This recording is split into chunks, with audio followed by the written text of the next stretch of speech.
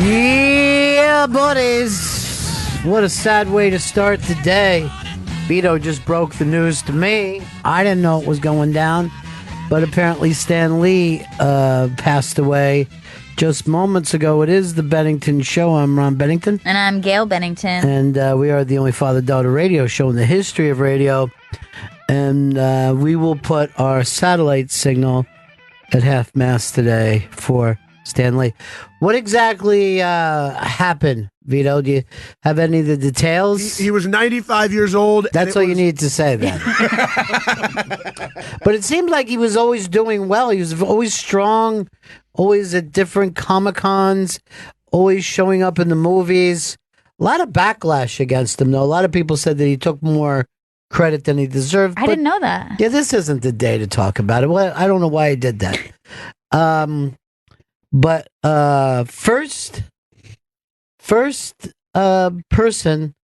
that first superhero that he designed, not a hit, Fudgicle Man. So is this a guy made out of Fudgicle?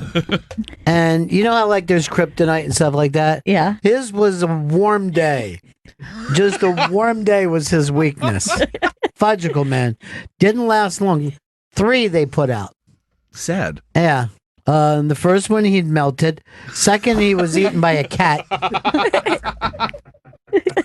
And I don't even think they finished the third one, if I'm going to be totally honest. So Stanley, which is, Chris's last name, Stanley. Yeah. We call him Chris Stanley. Stanley. As a child, I was very connected. I felt Where very are you connected to Stanley because of the last name. Well, that's weird, right?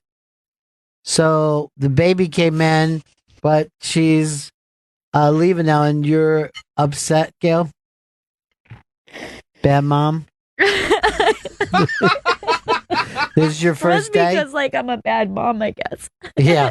So this is your first day without? Yes. I brought her in, and now she's leaving. So this is actually the first time I'm away from her. First time ever? Yeah. I did go to a store once. One time I did get a pedicure. That was about 45 minutes. So this will be the longest? This will be the longest I've ever been away. Wow. Yeah. Now, here's the thing, too.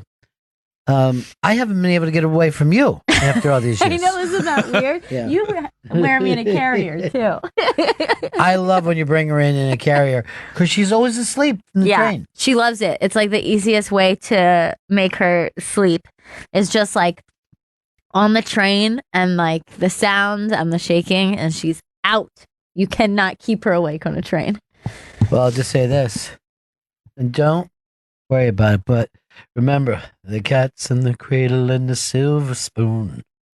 Oh, I was kidding. Don't let yourself get upset. Just think of it this way. The seasons, they go stop. round and round. We're not doing this contest. Well, this might make you feel better. Tomorrow is the big Thanksgiving show, and up on Twitter, we're going to put up the new logo that for our T-shirts, and we're going to try to get as many people to hang around after the show and sign T-shirts for you if you go. But you'll be able to order them very, very soon too. But Earl, as soon as we get that up on Twitter, let us know so I can show Gail this logo. It's a little bit of a surprise for the big collectible Bennington show. Do you know how to hit that, Earl? Do you know how to just hit Twitter on your thing over there? The simple. There it's it up. Is.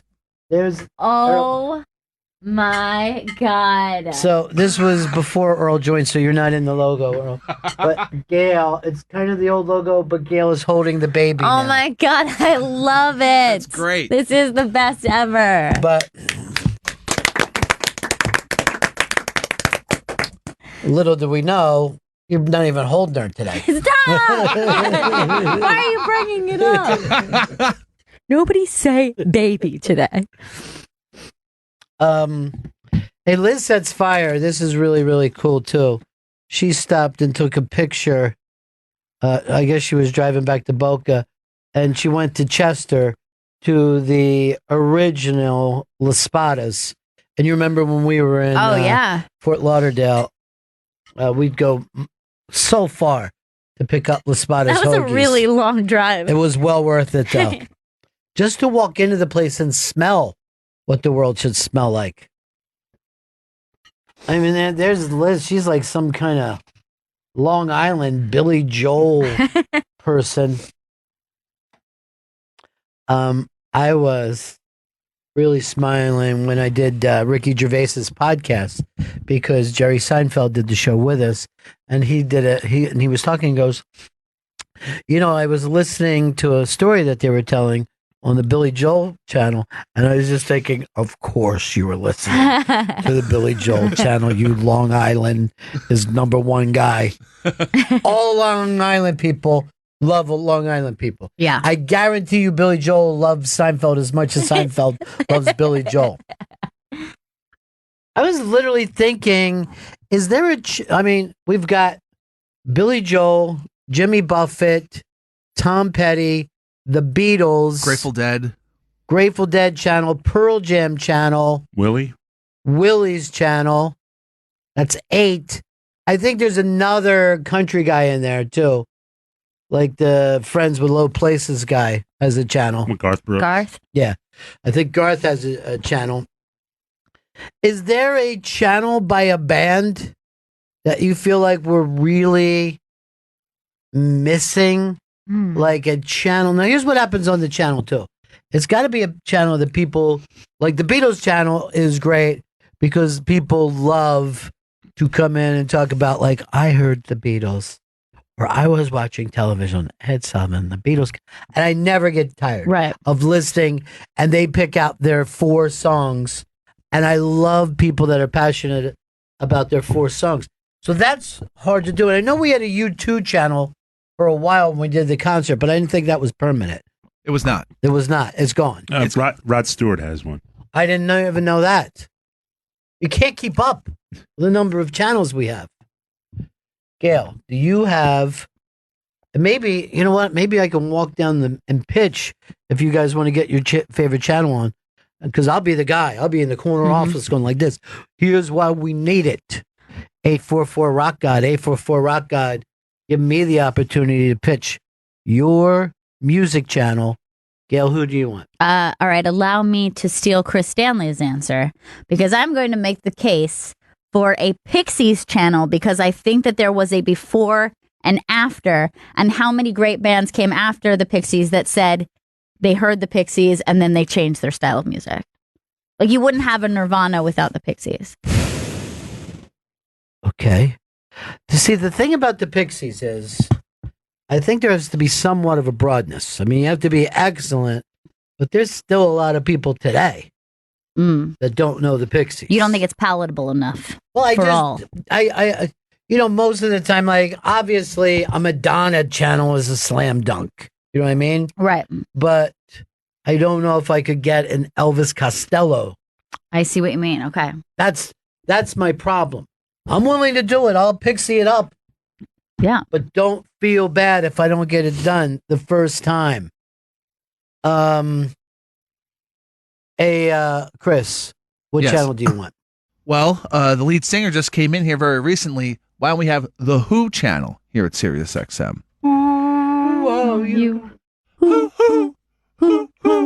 Just play that over and over. What bands do you think that we could also be playing? Like, oh, these guys heard the Who? Because I would naturally say you too would be happy to talk about the Who. I think anyone from Zeppelin would be happy to talk about the Who. Oh shit, that would definitely Pearl Jam will be Pearl Jam and the Who. But here's the thing: now Led Zeppelin channel would probably fucking be even bigger than a Who channel. Chris buried the lead. Look, the Who channel would be perfect. There's no doubt about it.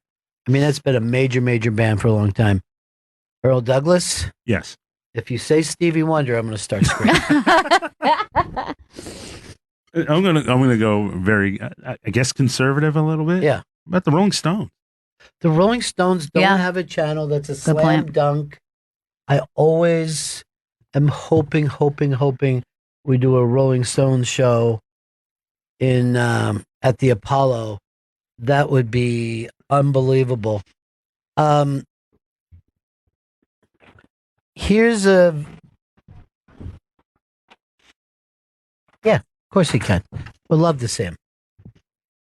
Special guest going to just drop in a second. One of our, and we'll get back to this, but one of our favorite people in the world, Jim Gaffigan. Yes, good to see you, buddy. Have a seat. I was here in the building, and they said you were here. You haven't been in the building as much as you did years ago, right? You know, I think it's too hard to get in here. It really is. It's I mean, I know that you have, your show is here, so Right. there's an incentive, but otherwise, like, it's too difficult. It really is a problem, and what's funny is a lot of big celebrities come through here, and the security downstairs, it's not even our security, has been rough. But I remember the day that I had Crosby, Stills, and Nash coming in, and they told David Crosby he had to take his sunglasses off. And he's been a rock and roll star for almost 60 years. I would never And he assume wasn't he would, doing it. Yeah, I would never assume he would. Yeah, agree. and it got ugly because he was like at 72, is not going to put up with the man. You know what I mean? Wasn't Yeah. taking any shit. Yeah. So it was a real stare down. Yeah. But and it's always funny to me because I saw Morrissey got bum rushed on stage, which they Yeah. got, but that doesn't really happen with comedians. Not really. Yeah. What was what? I didn't even read about it. But like, was that his fans, or did he Yeah, I say think something? I think it 'Cause was his he has fans. a tendency to say crazy stuff. Well, too, he, right? unlike you, he doesn't like meat. You know what I mean? Right. You're safe because you love meat, Yes. any kind of meat product, but he doesn't. So was he criticizing? Like, those were his fans. I think they were his fans that just loved him so much. They loved him. So like, Yeah. they were chasing. It was the equivalent of chasing the Beatles, but Yes. they were chasing Morrissey, who can't really run. yes, Right? yeah. He's weak, not enough Yeah, meat. he doesn't. Not enough iron in Yeah, that he guy. hasn't felt well in a long time, to be totally honest. It's so fascinating. It's Yeah. fascinating. Morrissey and Billy Corgan. It's like there is this threshold of creative people that they just start saying crazy things, Right. and it's just one of those times where you're like, I don't know if you should be. Maybe you shouldn't be talking. Yeah, you should sing your Do you know little. what I mean? Yeah, you should sing your little songs, and not really do a lot of stage patter. Remember there was the interview with Quincy Jones, and like after that they're like, how dare you interview my father? You know what I mean? Yeah, 'Cause right. He was like, yeah, I think he said something like, I dated Ivanka Trump, and, Yeah. and they were like, please stop, please, you're a legend. Yes. You know, The documentary, I don't know whether you saw the documentary on him, but no one has lived a life like Quincy Jones. I mean, he played and arranged and produced for everybody. We're not even going to have people like that anymore because you don't have that many kind of major stars he wrote the We Are the World and produced Yep. it, the biggest selling Yep. single ever. and he navigated all those egos. Yes. And pulled it off, which is amazing. Stan Lee just passed away a couple minutes wow. ago. Yeah. Just a couple minutes. Yeah, just a couple minutes ago. Well, at least that's when the word came out. So we're losing all the Giants, Jim. We need Wow. you more than ever now. Oh, wow. That's very flattering. But Yeah. I feel like Stan Lee accomplished a lot more than a couple food jokes. Well, you've done how many specials now? I've done 6. That's got to put you in the upper echelons, right? I know Dennis Miller's doing his 10th, Wow. but his career is a lot longer than, yours. I think he did his first special in like 85 Wow. or something. There is something, I mean, he's obviously political, but there is, when I started stand-up, it's changed from, like a special might not even be the right term for it because it is, obviously, it's special, it's unique, no one's going to just churn out stuff to churn out stuff, but the relationship with a comedian and the audience has changed where It has to be new, and the performer has to be evolving. There's not an expectation that someone's just gonna take a check. Do you know I did Ricky Gervais's podcast, and Seinfeld was there, and Seinfeld thinks the special thing is kind of crazy. Yep. And he was explaining, he's like, people want to see your best stuff.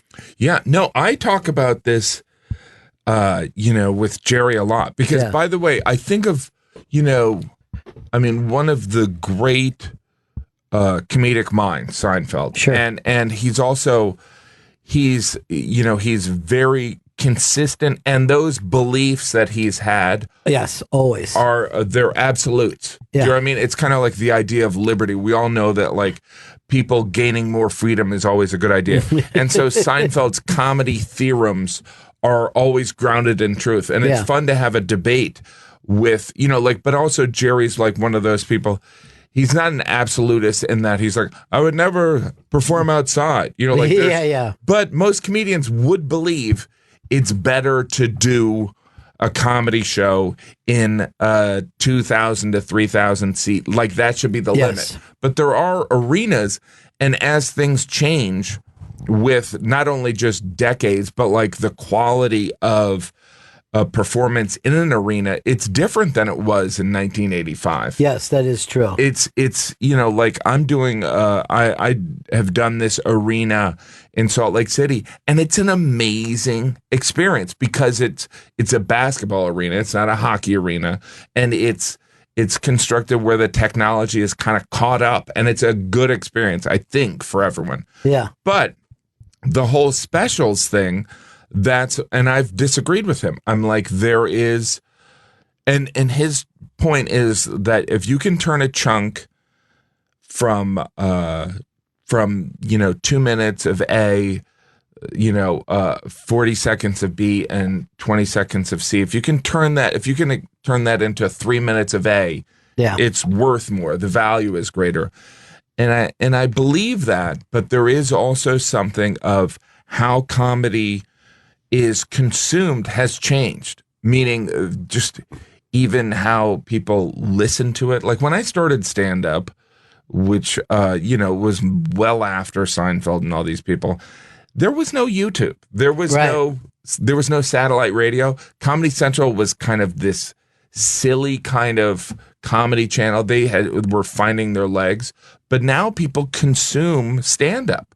They consume it, and it's not just the material; it's also the point of view. So you look at someone like Joe Rogan has an army of people where they're going to want to see his next hour. You know what I mean? And that's the same with a lot of comedians. Now, that's not to say that the comedy, it has to evolve like any relationship. Like you can't be in a marriage and not challenge each other and kind of grow and like, okay, I'm going to like this now that you like it. There has to be some of that. But I don't know. I love talking to Jerry because he's very unique. He and Chris Rock have transcended different, like multiple decades. Sure. We're talking 30, 40 years. That's very rare because sometimes comedy it doesn't line up.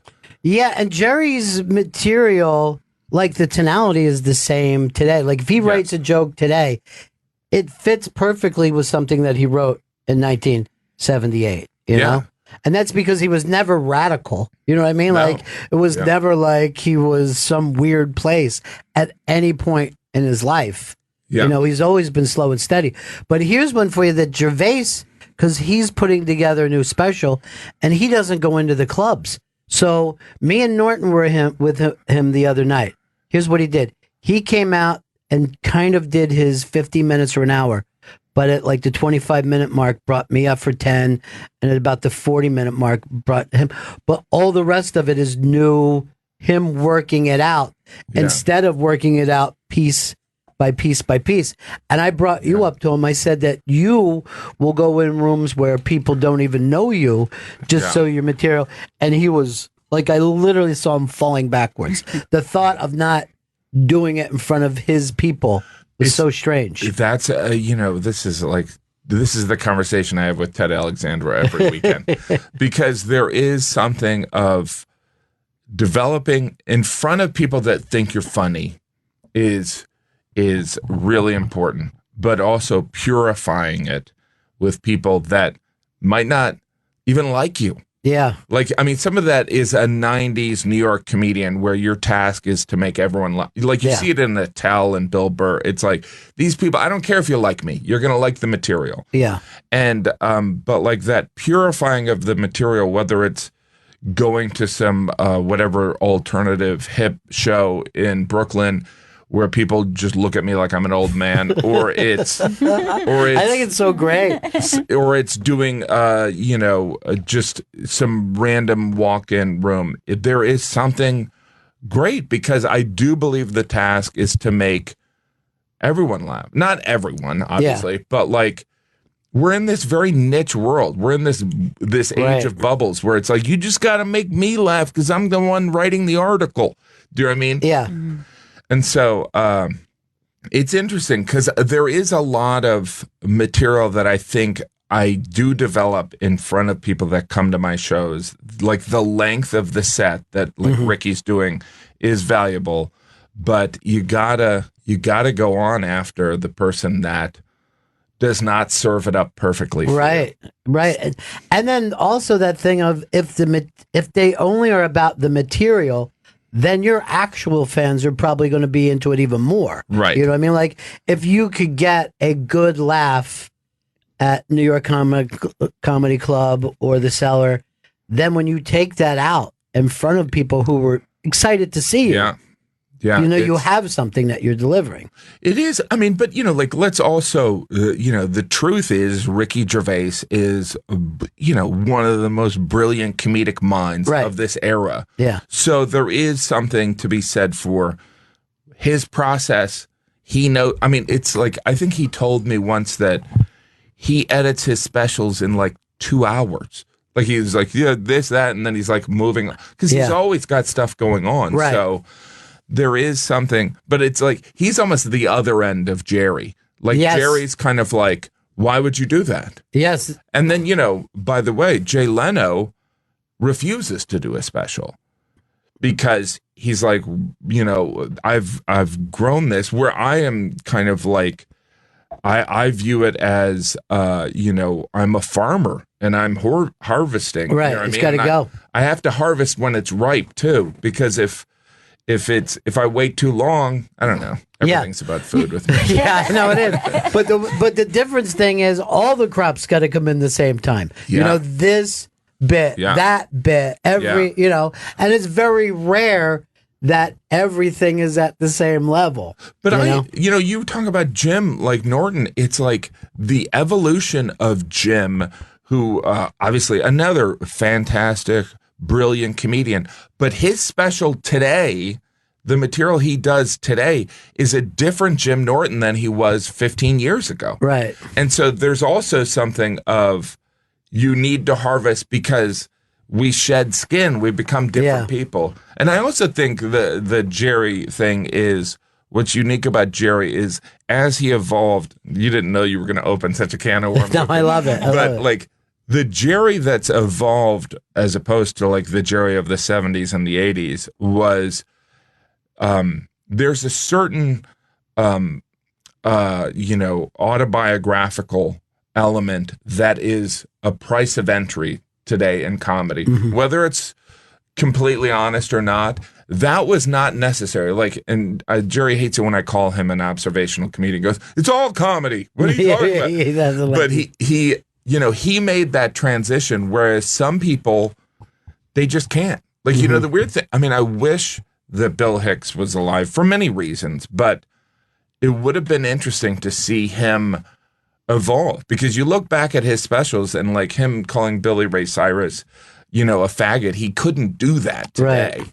But it's like, he was also an intelligent kind of self-analytical guy.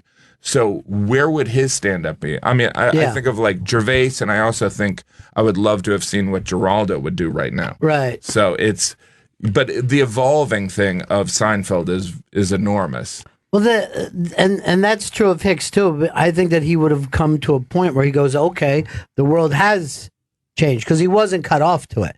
You know, I always say to people, because there's more sensitivity with younger people than my generation. But I always say, like, you don't want to be Jack Carter in 1984, where he just dug in and, like, you know, was still doing the old stuff. And people were like, I don't even know if, you know what I mean? Like, the stuff that was getting real big laughs 5 or 10 years earlier. Well, it's, you know, you look at, like, you know, comedians that were doing, you know, Rich Little.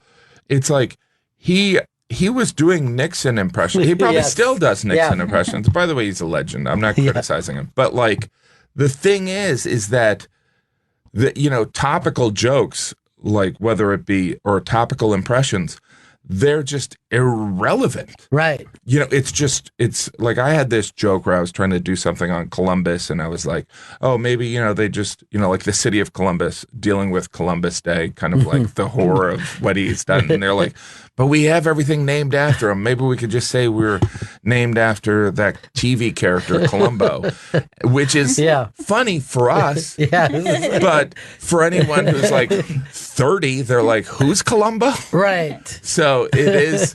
But Jerry is also a master at evergreen material. Like, those topics, you know, they're kind of like, they hang in there. You know what I mean? They do. And also, I think because his TV show has never been off the air, there's a comfort level people have with him that he never set out to do from the beginning. You know what I mean? Like, he was not ever the warmest guy. Ever. Right. You know what I mean? You didn't need to be. Yeah. Right. Yeah. You just came in, you did your show. He didn't stand out front and sign his, you know, albums for people. He left. He came in, did the jokes, and left.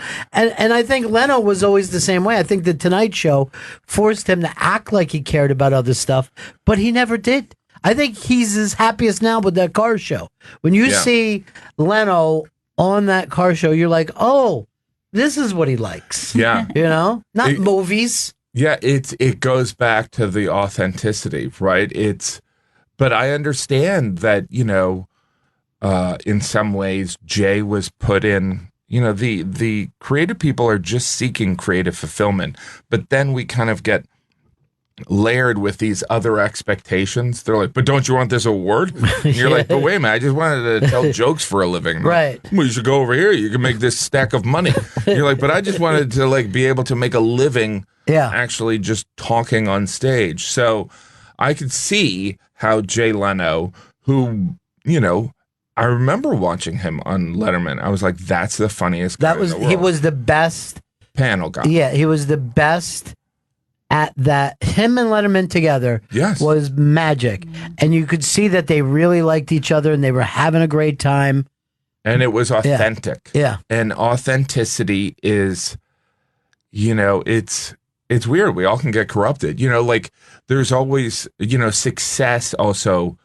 That's another reason why Chris Rock is so brilliant. It's like, this guy has this success and he's going back out, and he did Tambourine, and Tambourine was like a home run. You know what I mean? It wasn't like there were funny parts. It was like, boom. He was like, you know, which is, stand-up comedy is not something that, like, every now and then I'll hear about people that are like, they do it every now and then. It's like, but Chris Rock understood, you got to go out and do it. Do it, yeah. You know what I mean? It's like, and so, like, there's something strange. And that's also Jerry kind of, like, just done with his show, doing stand-up. Like, he's the real deal. And, you know, it's interesting because we live in this age where, you know, people have had these kind of fall from graces. And I bet you, you know, I can't speak for Louis or Aziz, but, like, Aziz is touring, but I'm sure Louis like, I just want to get back on stage. Yes, of course he does. Do you know what I mean? Yeah. Because I just want that. Yeah. You can have the money. I don't care. And I think that's what people, when you read them, he's trying to make a comeback. And you're like, I think just hopping on stage and doing that time feels like I'm back. It doesn't, you know, how big you want to make it, that leads to opportunities, but there's not there's not a lot of people who are going, oh, I can't do theaters anymore. I'm doing clubs and not going out. They're just going to do it in the venue that they have. It's like Ray Romano doesn't need to do stand-up. He does it because he wants to. Do you know what I mean? It's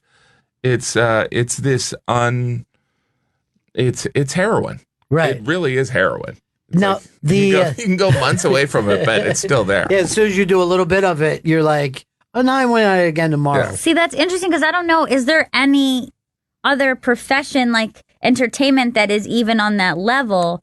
I was thinking maybe when an actor, makes a bunch of, big blockbuster movies and then they come to like on Broadway might be like the closest. Here's thing. what I think. The only thing that reminds me of that is painters. Where you just see these guys, they don't have to be painting, you know what I mean?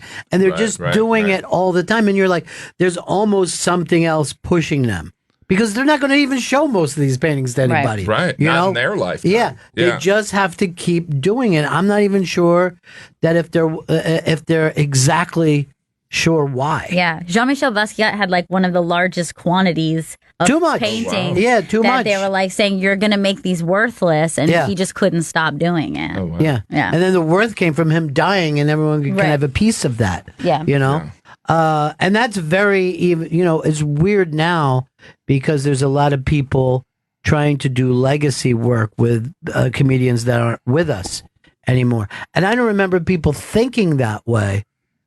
But then you think, no, some kid today would probably love Geraldo if he could just have the chance to, kids like Hicks for whatever reason, and even though there's a lot of stuff in there that's dated, they're a fan of it. It's so fascinating. I mean, I'm as much of a comedy fan as you, and it's interesting to see, because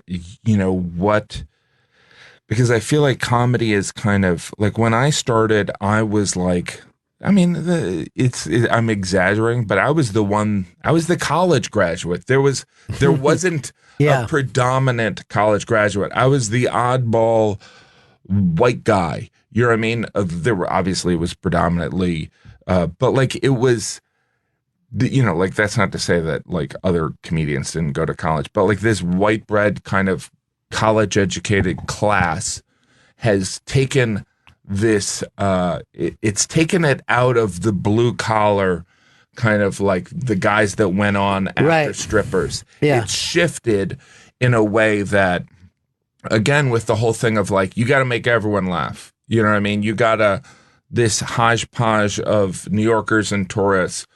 There's, there's going to have to be some balance there. And there's the threat of combat has shifted and provided kind of and I'm not criticizing it. It's just much more of a little Ivy kind of thing, like not an Ivy League school thing. There's nothing snobby about it, but it's a little bit more interesting than funny.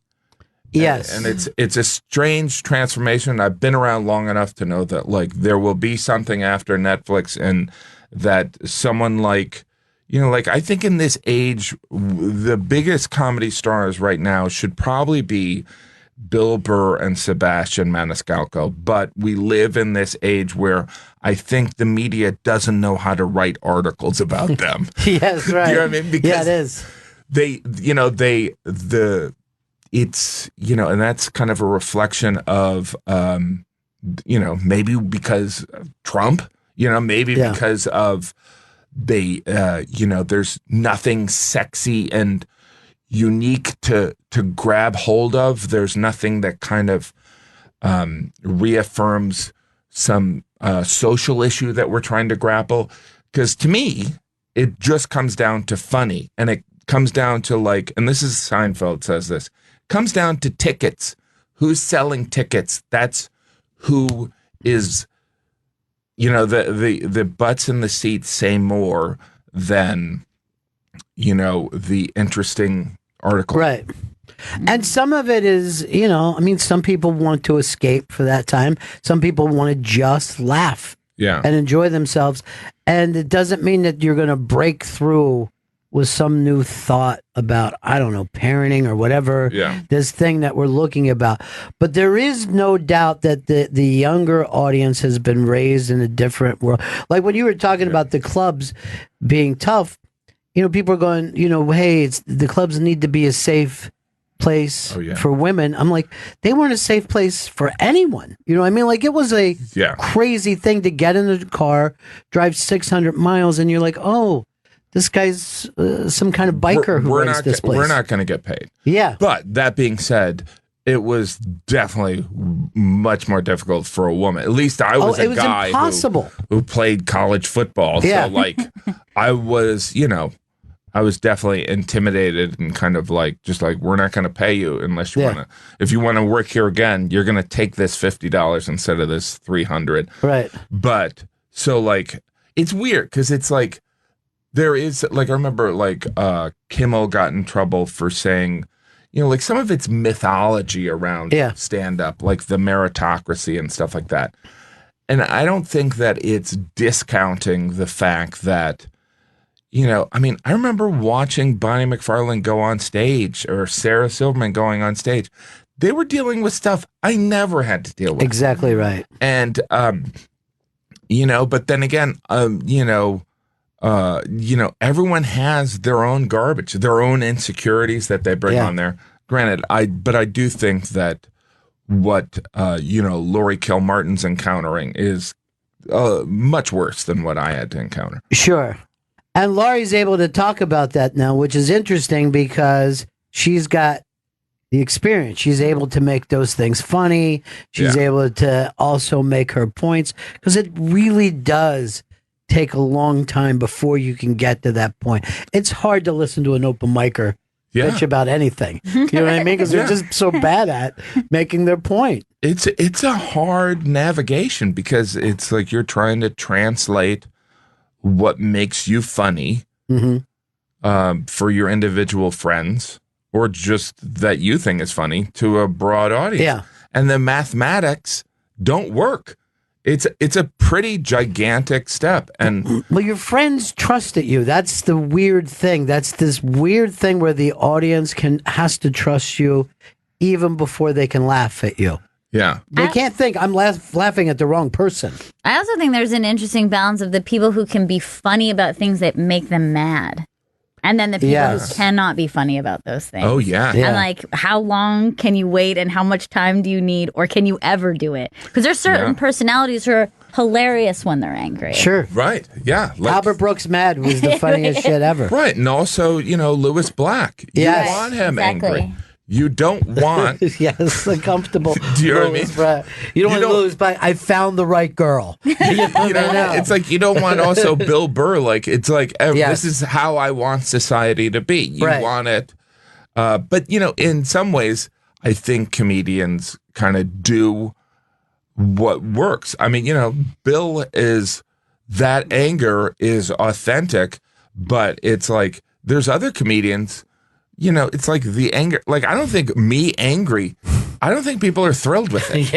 They're like, no, don't do that. You know what I mean? We know you get angry, but not now. You have come across like a boss of mine. You know what I mean? Right. People don't want that. Well, what was that movie? I always bring it up to you that you did. It was like right after 9/11. Oh, yeah. And you played this nice guy that had all this stuff pressed down. Oh, yeah. And I always see that in you, Brian Regan, the nice guy.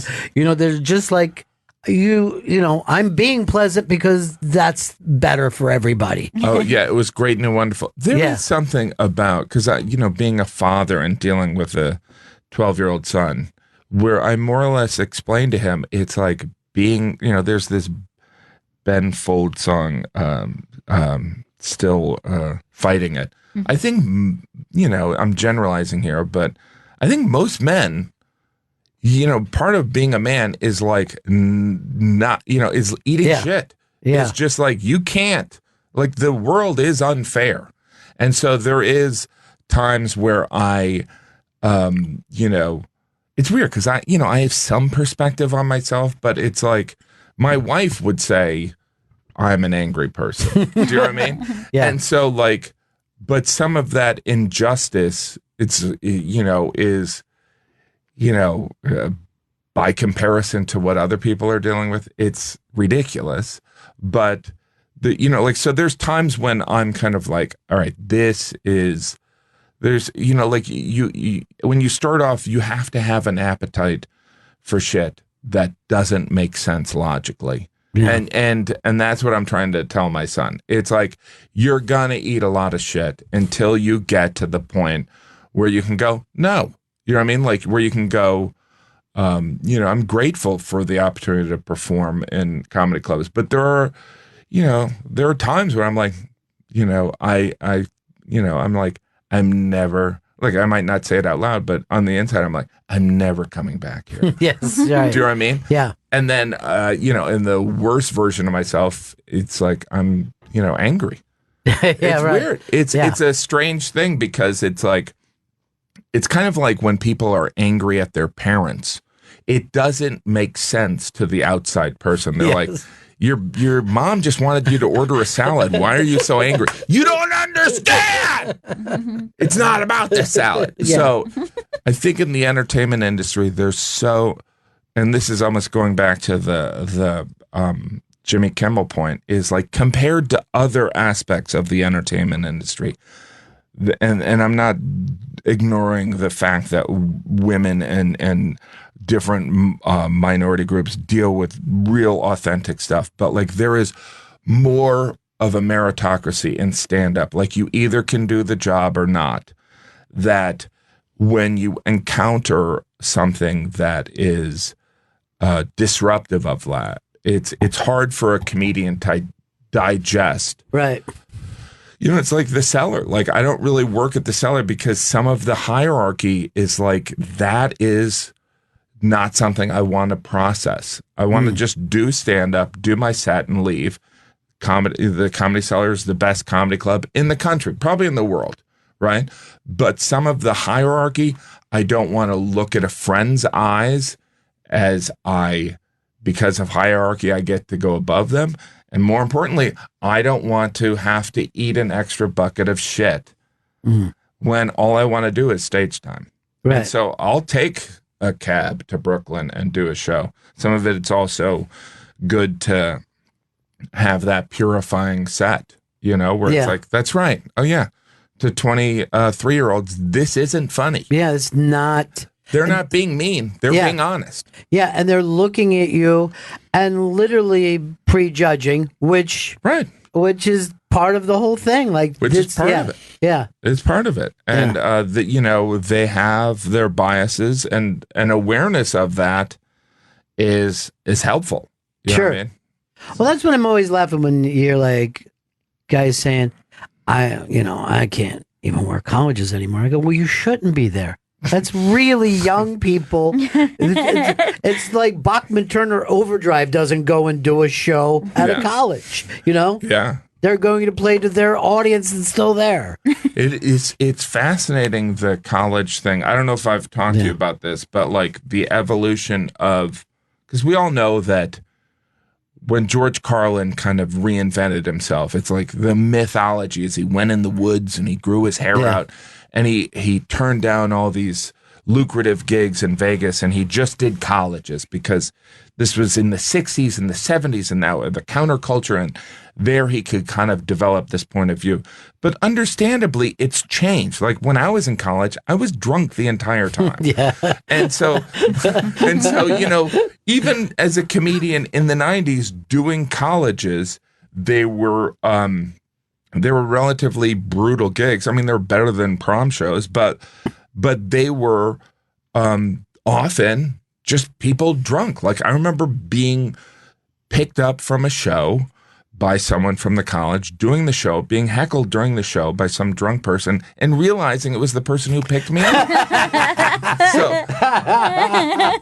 But now a drunk driver is taking you back to the hotel. So there was this shift. It's like, by the way, it's like it's all fun that I was drunk during college most of the time, but it was also not constructive. I remember, maybe it was 7 years ago, I performed at Notre Dame, which is like this Irish Catholic school that I'm from Indiana. Notre Dame, you would go there for football season. It was a great school. It is a great school. But it was also a party school. Like, people would work hard and play hard. And I was like, I'm going to do, I go, it's, it's this show. It's outside. It's like, people are going to be wasted. No one was wasted. It was not Parents' Weekend. They're not there with their parents. These were, these really smart students that were like, let's see what you got. And there were some comments kind of like, I didn't, he was mean to, like there was, like Right. one or two people. We know that what they think on social media because of social media, but the dramatic difference of, 2 years, 3 years earlier of performing at a university, and that entire audience would have been wasted. Yeah. It was such a transformation and such a surprise. Well, a lot of it comes from they're spending so much more money to go to school now. You know what I mean? Yeah. And that changes the experience was go away for 4 years. You know what I mean? Come back. You'll be old enough to work somewhere. Yeah. But as soon as well, I got a kid here. He's $150,000 in debt.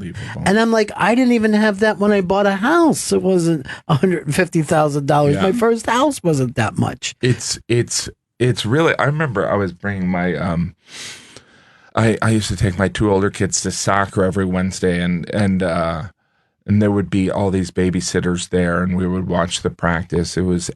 So I was chatting with one of the babysitters, and eventually she revealed that she went to Pace, which is a university here in New York City, and it's private.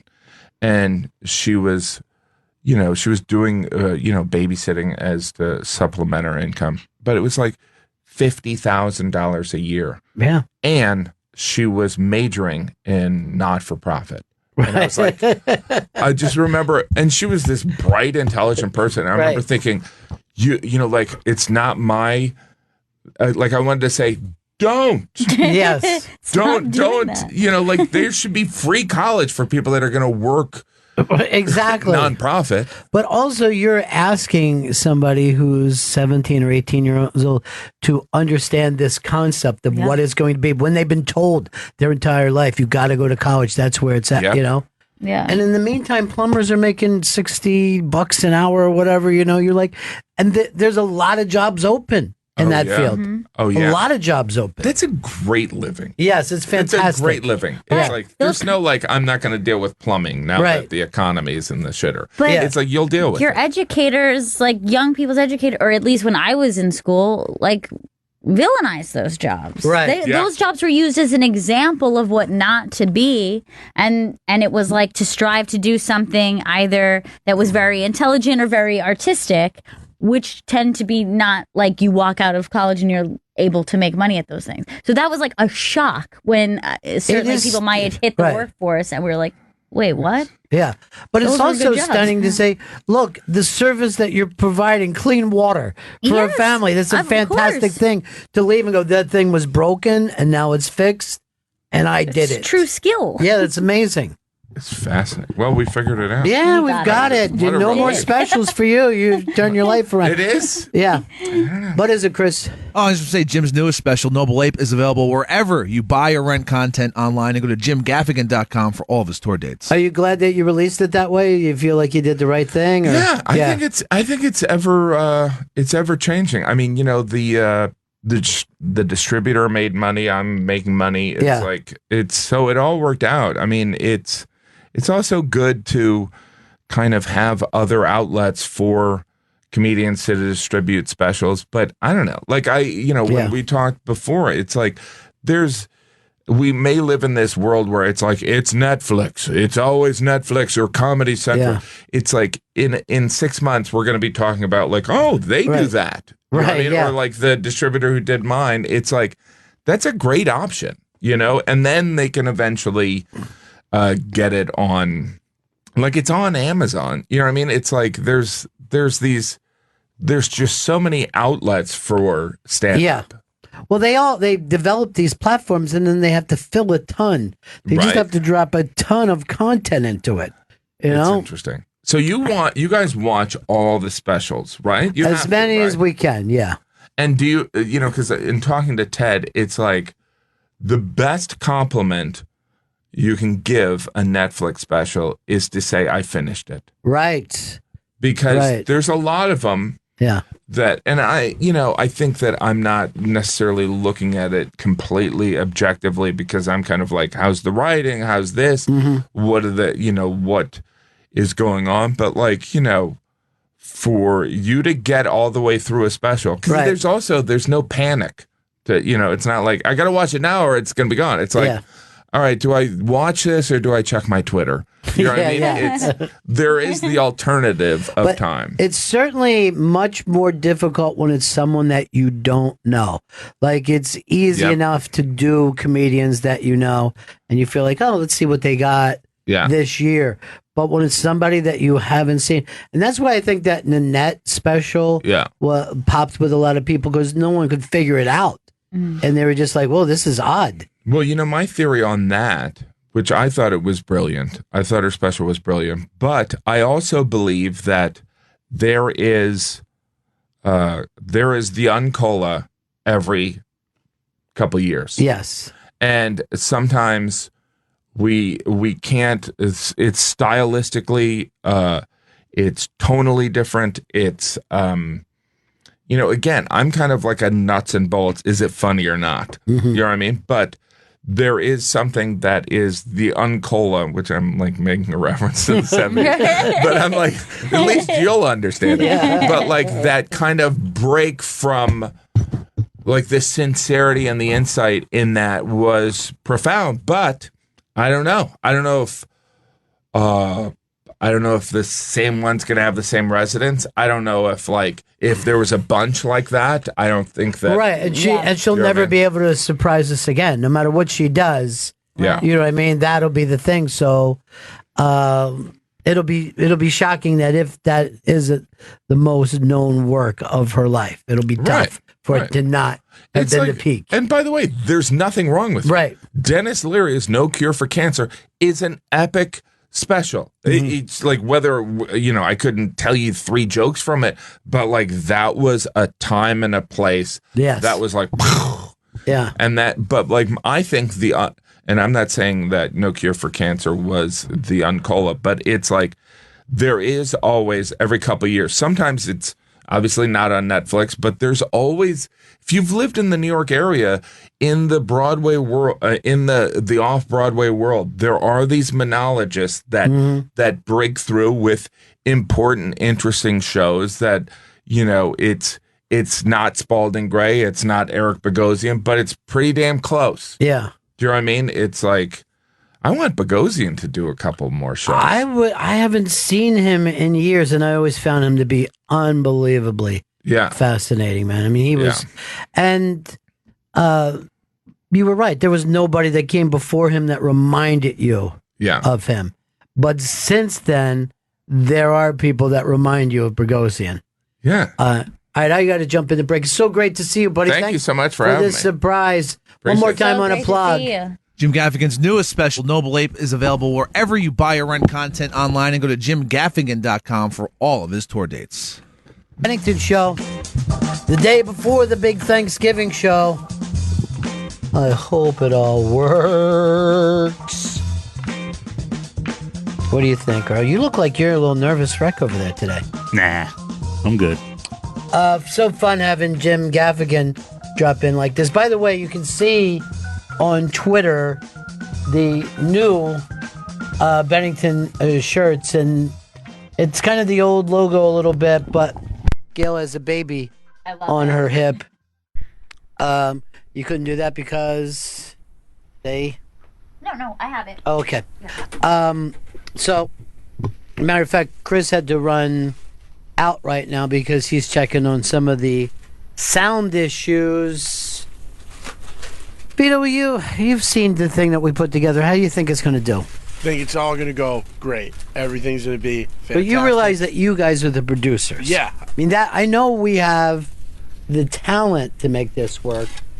I don't know if we have the producers to make this work. The producers, you got the producers. You got the people behind it making it happen. Now, we were talking before Gaffigan came in, and Earl's like, should we go back to that topic? Because we had full phones. I go, it's gone. But it's very exciting to have a Jim Gaffigan drop in, especially when we don't know it. But I'm sorry, Earl. I didn't get the chance to get mine out, so I tell you, I would love a Steely Dan channel. Oh, man, that would be awesome. I know. I would literally... I don't want you guys to take this the wrong way. I would quit this show if I could just go play records on the Steely Dan channel. Please don't. Yeah, I would. In a heartbeat. I just got into a whole weird Steely Dan weekend thing. I do it too much. What's wrong, Earl? My Gail's? And beep, beep, beep. Got it now, Vito? Let's move over to the other one. Yeah, use that one instead. Okay. Yeah. Madness. Oh, thanks. And everybody knows. Earl, you really might be able to go down and pitch the Rolling Stones channel, though.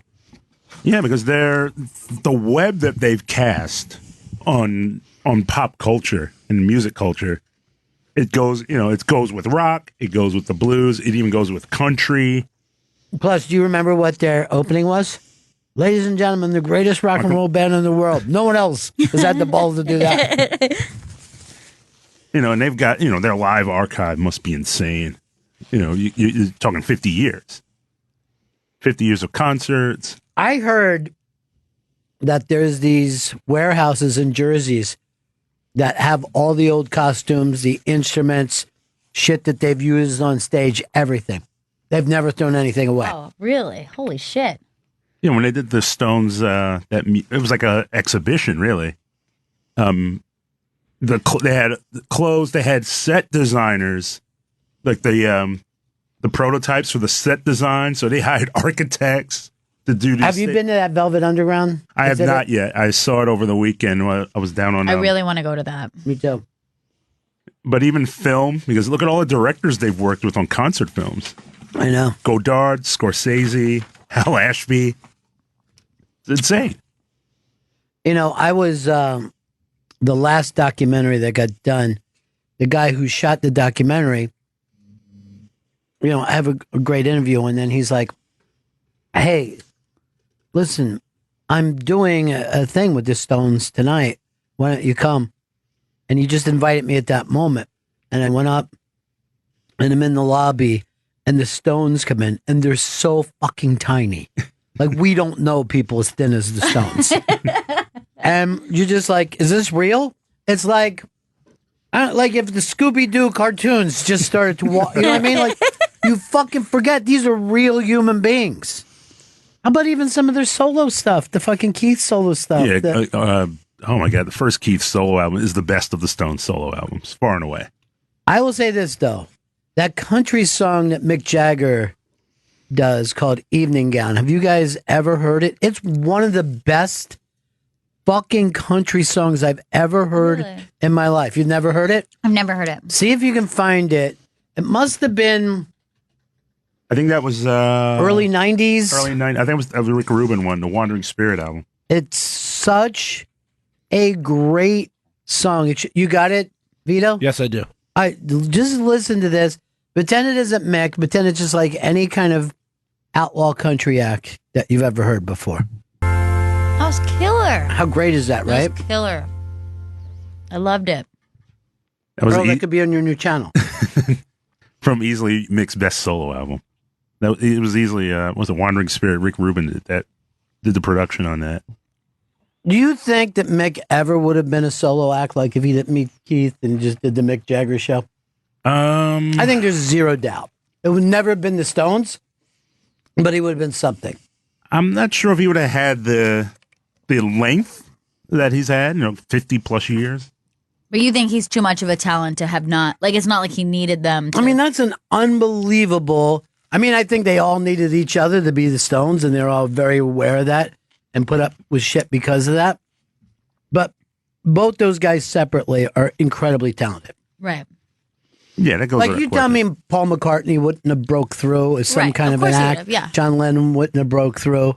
But there is something really weird about those guys being there at that very specific time that it almost makes it hard to imagine, right? Like, what would be the odds of all of those guys breaking out and doing something really phenomenal without each other? Well, those guys actually met each other like children. Like, Right. Mick and Keith knew each other as in a sandbox. And fucking they John and Paul were kids when they knew each I other. think Mick and Keith kind of reconnected. They were waiting for a train. and I think Mick had some records under his arm, and I don't know whether I ever believed the waiting for a train stories. Because Jeff Beck says that he saw Rod Stewart just singing Waiting for a Train. And I'm like, enough with the trains. It's too fucking poetic.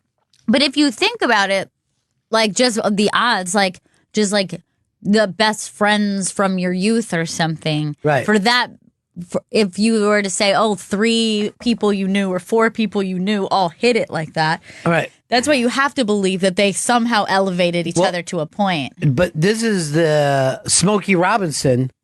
When I was talking to him, he was like, well, Diana Ross lived across the street from me, and the Temptations were 2 in the other direction. And I'm like, wait, what are you talking about?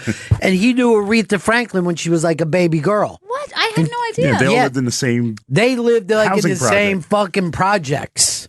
They all lived in the same housing project. That's and really weird. I know, right? I mean, like, why wouldn't there be one fucking star in the neighborhood that you grew up with, and then this neighborhood would have 30? Right. That's too weird. Hey, let's go over here to Rick. Rick in Wisconsin. Hey, Ron. I just want to tell you my little story about the Rolling Stones and me being a music lover. My proudest moment was I was in Vegas waiting for a load, and I got called over to this warehouse, and they started loading on this road gear. So I asked what I was going to be hauling, and they're like, well, it's a traveling exhibit for the Rolling Stones. You're taking it over to the Musicians Hall of Fame in Nashville. Little did I know, when we unloaded that trailer, they told me I had $1.5 million worth of their vintage guitars in the nose of my semi-trailer. I'm going to guarantee you some of those guitars are probably worth $1 million a piece. The way this is going. You know, But, yeah, it was a proud moment to haul that gear from Vegas over to Nashville to the Musicians Hall of Fame for that. oh, yeah, that's traveling really, really cool to Stones come exhibit. hauling in that. But the other day, Chris went over the Hard Rock because he had stuff to do. And, the sound stuff. And they were doing an auction there. And the Madonna jacket from the movie where that pyramid jacket was going up, I don't know what it went for. But remember, I mean, that's an iconic 80s look. Yeah, we had a couple of U2 guitars that went for a lot of money too. Is that right? Yeah, they had the one, the edges. I forgot. It looks like a Z shape, and it was on the. You could see it in a lot of the videos, and they donated it. Hey, Eric in Pittsburgh. Hey, Ron. Yeah. I can't believe you guys don't have a Queen channel. That Queen movie blew up. And everyone said, well, the only good scenes are where they're lip syncing. And I'm like, that's the reason why I didn't want to go. I thought, because I can't stand, like, I don't care if it's the Johnny Cash or whatever, like, you're still lip syncing at the end of the day. And then I heard like they really milquetoast up Freddie's life. I had heard that beforehand, that like a lot of people were upset about that they kind of whitewashed it a bit. Well, I can still paint the town. All the colors of your evening gown. While I'm waiting for your blonde hair to turn gray. Now, we don't mind an English guy doing a country thing like that, but if he started doing a hip hop, we're like, hey, man, come on. Right. Racial. What about if a country guy did an English accent and tried to sound like that? That would also be equally awkward. Do you know when I was a kid, I remember these kids in my middle school. We called it junior high, but it was a middle school. So they come out and they're playing, they were like 7th or 8th graders. And like they were fucking, they're like, Ziggy play guitar, jamming good, wet, and get lay. and they're from Linwood, right? They're from Linwood, Pennsylvania. And the girls were fucking loving them. You know what I mean? Like, it was really like Bye Bye Birdie, where the boys were glaring and the girls were loving them. But then this kid who, you know, I had a fucking math class with goes like this. This is a song we hope to have recorded this summer. And I'm like, first of all, no one's getting recorded in our neighborhood. It ain't happening. Second, I know where you're from. You row house motherfucker. This is a song we hope to have recorded next summer. And that kid grew up to be Boy George. Oh my God. Give me another little one, but not as big. Mm-hmm. Chris, how'd your thing come out? Very good, very good. Everything's A-okay. Everything looks great. How are you going to fuck it up then? I don't want to fuck it up. I want everything to go smoothly. But everything, it was a good call. I'm very, very curious to see what this actual thing is. Like, Gail, let's see if you can read that from Scott, what his should have their own channel. And it's something like you would think that I would have heard of it. So I'm going to check now. Scott, who should have their own Sirius XM channel? Ronnie B. Yeah. Holy cow. I've been a listener since XM was available in Canada in 2005. Great. And I've heard you sound like $1 million. And when people say that, yeah, I will. Now I know. Yeah. Now I know. Anyhow, it was kind of a panic thing when I first called, and it was inspirational channels music. Well, I don't know if there's really an inspirational channel, but because every genre has its own inspiration, no matter what you're looking for. So, what are you looking for? You want to be happy? You want to be sad? You want to be godlike? You want to be... Let me just say this. Why are you going nuts over there? Sir, just say the name of the band you think should get the channel. Okay, sorry. Matthew Good. He's a huge inspiration to me. Canadian artist. He only tours in Canada. Now, but I'm looking at this, and it says Seether. Seether should have their own channel. But this is one of them, but there's many of them. And I tried to listen to XM, the Canadian channels, but the bandwidth is so narrow, it's hard to listen to. There's lots of music there, but I know they send the bandwidth to the more active channels, and that's one of them that I would like to listen to, but I can't because it's like listening to a really bad FM station. Well, dude, it's so good to hear from you, man. Thank you for calling. It is great to hear from you. Yeah, you sound like $1 million. I feel better than. Sorry, I feel like 10 million. I know you only sound like 100, but I feel like 10. Good, thank you, my friend. Hey, TL, what's up? Hey, what's going down, cuz? Hey. Look, those people, Smokey and Aretha and Diana Ross, they didn't live in no housing project. They lived in the same neighborhood. You're fucking racist, Earl. You're a racist, Earl. Why did you say that? Brewster houses. Oh, okay. No, they were not living in no Brewster houses in goddamn Detroit. Fucking Aretha's family were very well off. Same with Smokey. What's wrong with you, Earl? You know better than that. Same neighborhood. So what are you saying? All black people are poor? No, not at all. They lived in the same neighborhood. They were not in a housing project. So who all lived in this neighborhood? It was Smokey. It was Diana Ross. Was it the Temptations also? No, Otis lived on the other side, like 4 blocks down. Otis Redding lived there? Otis Williams. Otis Williams. Okay. Yeah. They're all living locked in that neighborhood. Smokey and Aretha were obviously a little older than Diana and all that stuff. But come on, Earl, you know better than that. Yeah, Diana Ross, the building was the Brewster Douglas Housing Projects in Detroit, where Diana spent her teenage years. That's where they met. What, did you just look this up, Earl? I just didn't remember the name of the housing project. He did pull Brewster out. You can't say that he didn't. But it's the same neighborhood. They all weren't in the same housing project. In Detroit, like everywhere else, you have block to block, right? It's every city, but I'm just saying the Brewster Douglas projects produced a lot of the Motown acts, including Diana Ross including, I believe that's where Smokey met her. That's where he met her, but he didn't live there. Listen to what I'm saying, cuz. Come on, cuz. Yeah, cuz. What are you cuz. thinking? Chris is Look, I'll such let weird. you guys go. Take care. Love you all. See Take you, care. buddy. Peace. Man, that turned ugly very, very quickly. Yeah. But you stood your ground. I Earl. respect that. He went toe to toe with you. Earl didn't give up a thing. Cuz. That's right, cuz. Come on, cuz. Chris, so weird. Hold on. I got a hard ride Johnny on right now. Johnny was so excited that George W. Bush was at the fucking Eagles game. I'm like, why are you excited?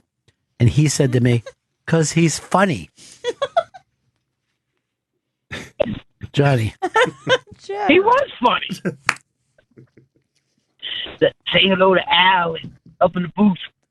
Good at calling the game. Bad golfers. Yeah. Funny That's my stuff. George W. Bush impersonation, by It the was way. a great one. So good. I thought it was him on the phone. Yeah, Now, but, people don't realize this about Johnny. He grew up in the same neighborhood with Jim Florentine. The projects, right? Yeah, it was the it was the White Brewster. It was the Project. Brewster House project. It was Punky Brewster, but It different. was good. That was a nice fucking Yeah. turning. Punky Brewster. I was going to Brewster's Million it like an idiot. Yeah. Johnny, we all ready to go tomorrow? I'm feeling good about tomorrow. Yep. As you know, this is the biggest day in the year, and we're all excited about it. Yep. I'm very excited. We had a very good meeting on Saturday. Good. Yeah, Early? very good. Did Chris Stanley seem like he had his shit together? We had a really good meeting. Oh, come on, Johnny. He brought some backup with him, which I was happy to see. And that backup definitely had their shit together. We all have our shit together. I'm very happy about this. Chris' shit He is says all together. we all have our shit together and his hair looks fucking crazy as he said it. My hair has nothing to do with anything right now. Your hair looks like you should be named Aquaman. It looks like it's in the waves as we speak. I was a little nervous. Chris said he wanted to have a meeting at 9:30 in the morning on a Saturday. I was like, Well, that's when he gets home. night before. He could do that What the hell's right going on his ride home. Yeah. Chris, is your girlfriend coming? She'll be there. All right. Why don't we do this? Let's fucking bring her out on stage. Okay. And strip her down to a G-string so everybody can. I'm going to nix Why that. not? I'm going to nix that. The place will go crazy. They're going to go crazy for all sorts of things tomorrow night. That's Let's the last G-string thing. her, though. Was that your idea, Chris? No, not my idea. That's not a good idea.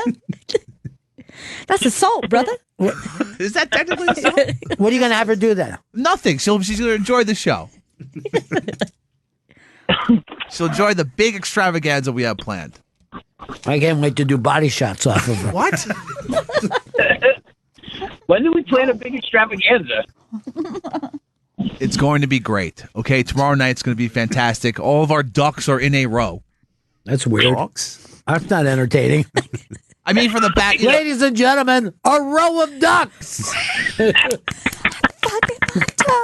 What is that ducks out fucking there. hotel in Memphis where the ducks go walking through the lobby and into the elevator? Yeah.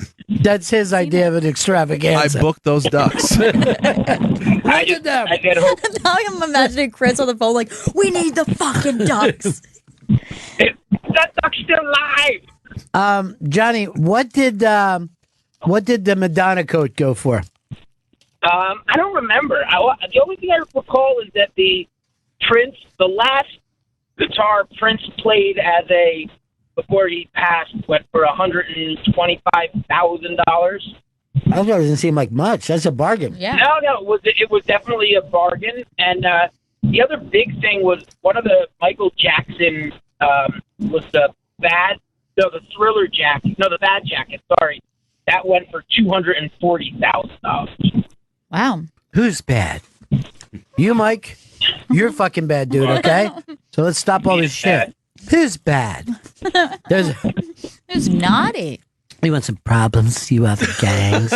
Remember that? They did Yeah. like the whole long movie? When they like tied their Yeah. wrists together and got their Who switch was that playing. Wesley Snipes with him? Yeah. Wesley Snipes is in What the bedroom. project was he from, Earl? I believe he's from Brooklyn, I believe. Or spent time in Brooklyn. Brooklyn Project? Atlantic Avenue. Oh. No, I thought he was from Electric Avenue. And then he takes us higher, higher, higher, higher, high. Johnny, make sure the rain stops before the show, though. It's supposed to stop early in the day, so it'll be all right. Good. Gonna have Chris, what time you're getting there with your girlfriend? She'll be showing up later. I'll be getting there at noonish. Noonish, really? Yeah. That's too What are you early. getting there at noon for? No, I'm not. He wants to have lunch, Johnny. He wants to have free lunch. He wants to make sure that he's there for a shift change, Blood sugar. so he can eat on either side. He's gonna try to get his shit together there. Hey, Johnny, I'll let you know when George W. is putting out a new comedy album, and can't wait. I'll send it to you. Talk to you later, buddy. But And I'm waiting. Paul, Jersey. Hey, buddies. Yeah. Ronnie B, I know you're not a big rap fan, but Not at all. I think the Wu-Tang Clan could have a good station because I think you'd be hard-pressed to find anyone who grew up in the 90s that likes rap that wouldn't put the Wu-Tang over. And The Wu-Tang still gets the love and respect wherever they do. What did RZA just announce the other day with some new thing that he's involved in? I think it's a dad shirt company or something along those. No, he's been touring. He's been doing a live score to the movie The Return of the 36 Chambers. Yeah, but this is something else. Go ahead. He also just announced he's working with the Alamo Draft House to open a Kung Fu themed bar. All right, thank you very much. Nice. That's what I meant. I meant an outside, non-artistic project. And you know how all of us want to see Kung Fu bars because there won't be any trouble there. I know. And usually when I'm drinking, I'm like, I'm having fun, but there's not enough Kung Fu here. I can't express my Kung Fu interest. Who's the big Kung Fu star today?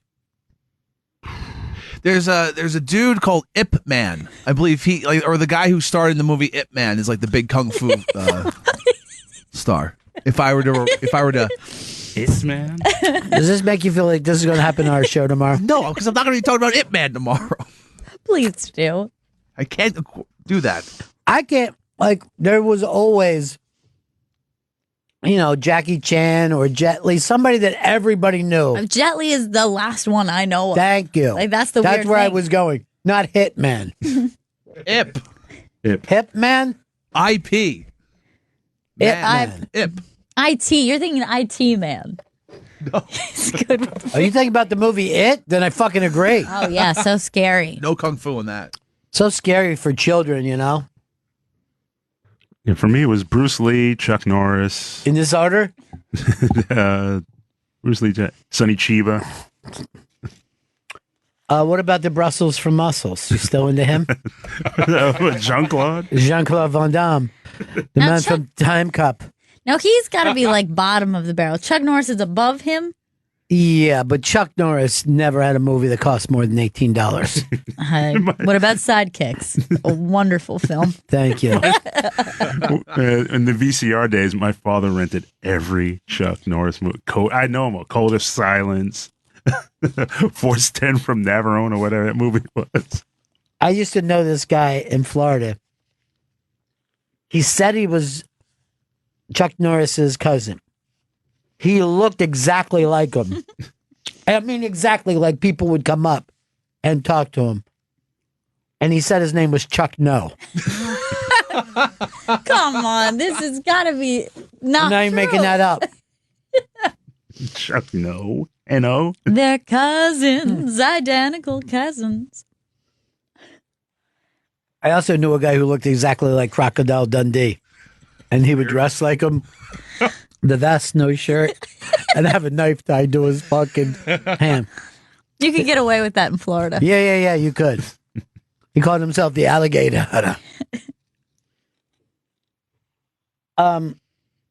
Hey, Jeff, what's up, buddy? Hey, what's going on, Ron? How are you, man?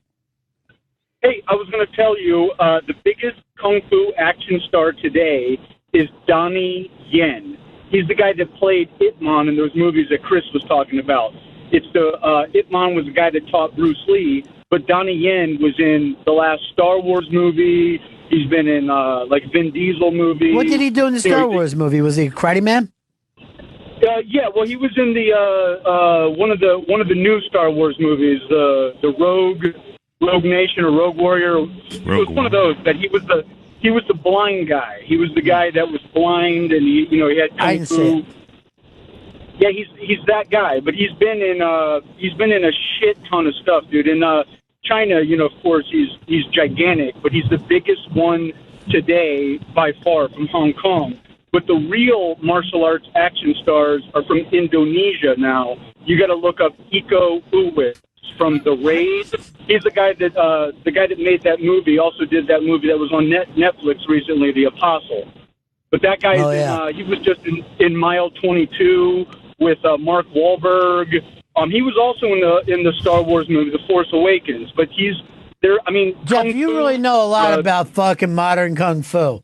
I'm very impressed. Dude, I know everything about modern kung fu, Ron. If I lived in New York, I would be drinking at that bar with RZA and Gail. Gail and RZA are going to be there, bro. You got to come in sometime. It's going to be fucking killer, dude. Who was your favorite of all the kung fu stars, though?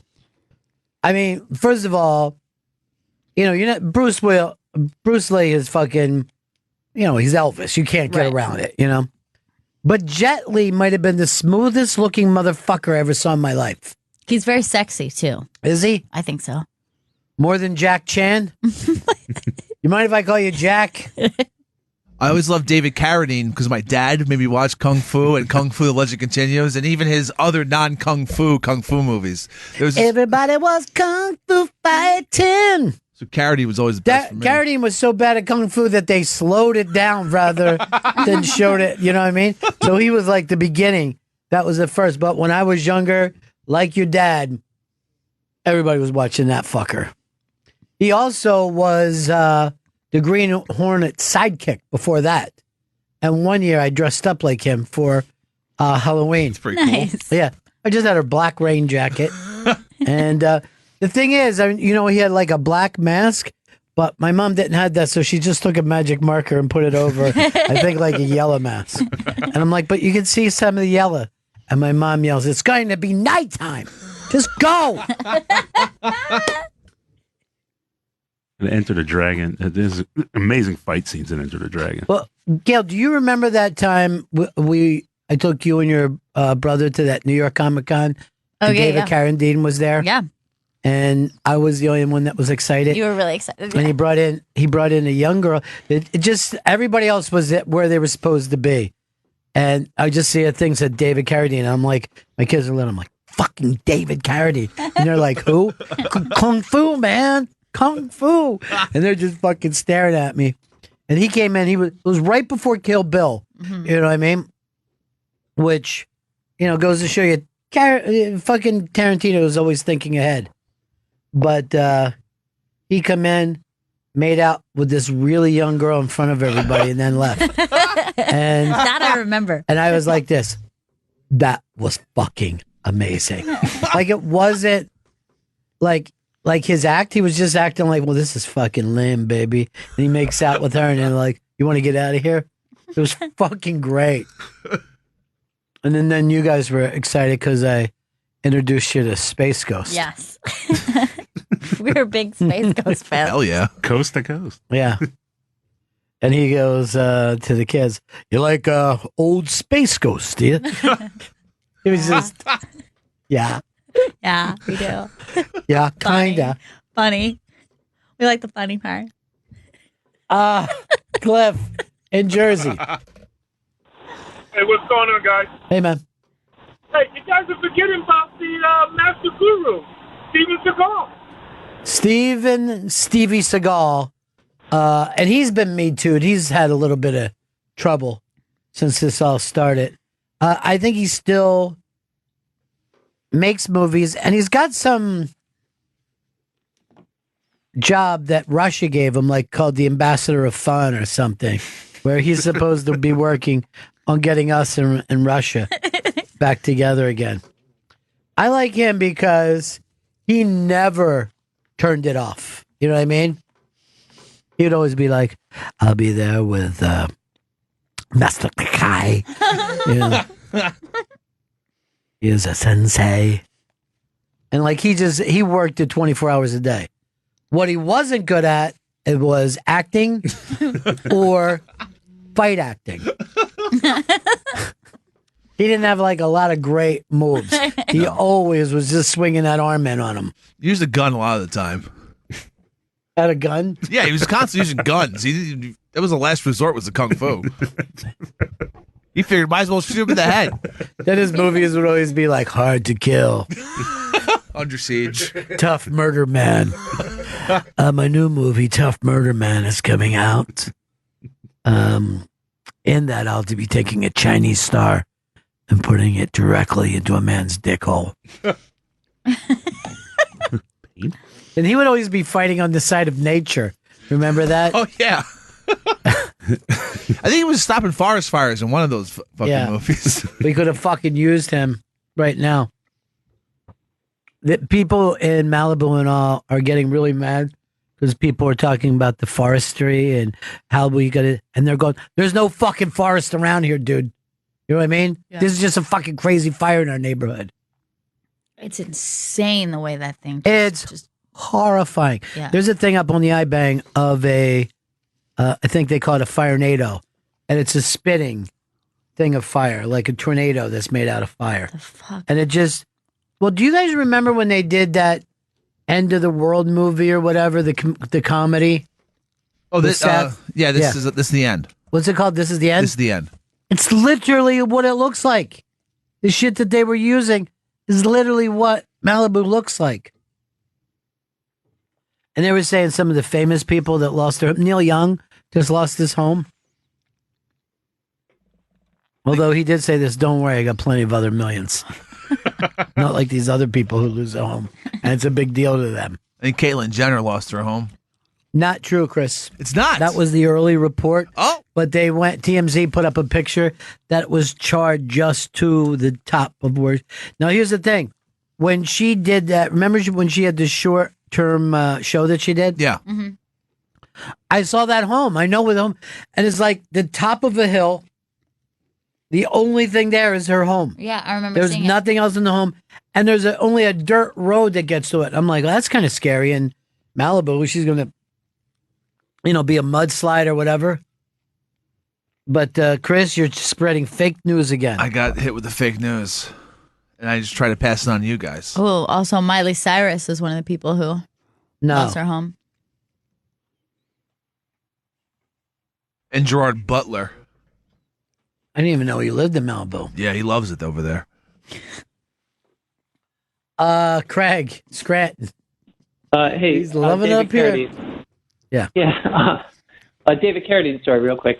I went to one of those Comic Cons where he was supposed to be at. It was one of the, like a horror movie one or something in New York or New Jersey or whatever. And he was supposed to be there Saturday signing stuff. And they say at the last minute that he canceled, that he's sick, and there's something wrong with him. And then I went down to the bar, and he was at the bar getting shit-faced with these two smoking hot chicks for half the day. It was so great. It was so great. I just sat across the bar from the other side and just watched for about 2 hours. Yeah, it was great. Here's the thing. He went all the way there. You know what I mean? It's not like he got out of it.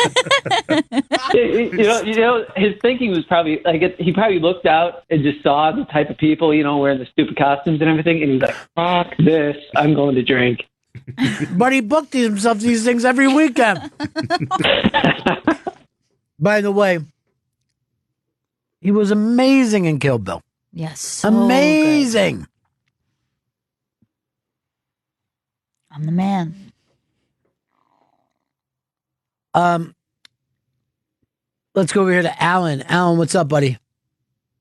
Hey, Benningtons. Yeah. Gail, nice to have you back. Thanks. Just a little update.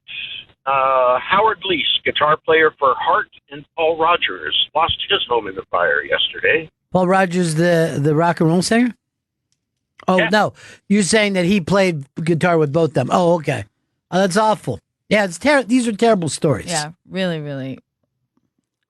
And can you imagine your fucking neighborhood is on fire? I mean, I've seen so many pictures that I've just stared at, you know?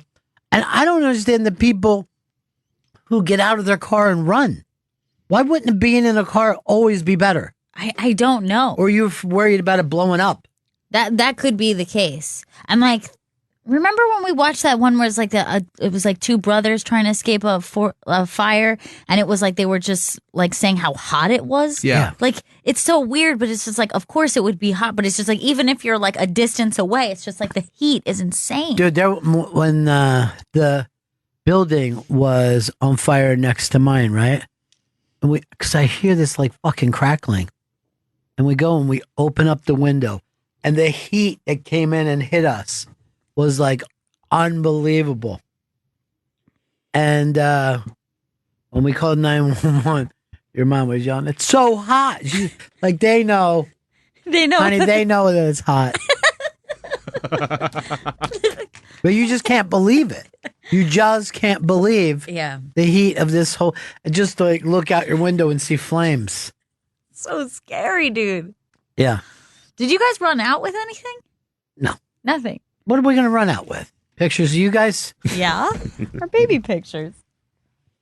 We know what you look like now. Our keepsakes. What am I going to do? Go running down the street with pictures? It looks idiotic.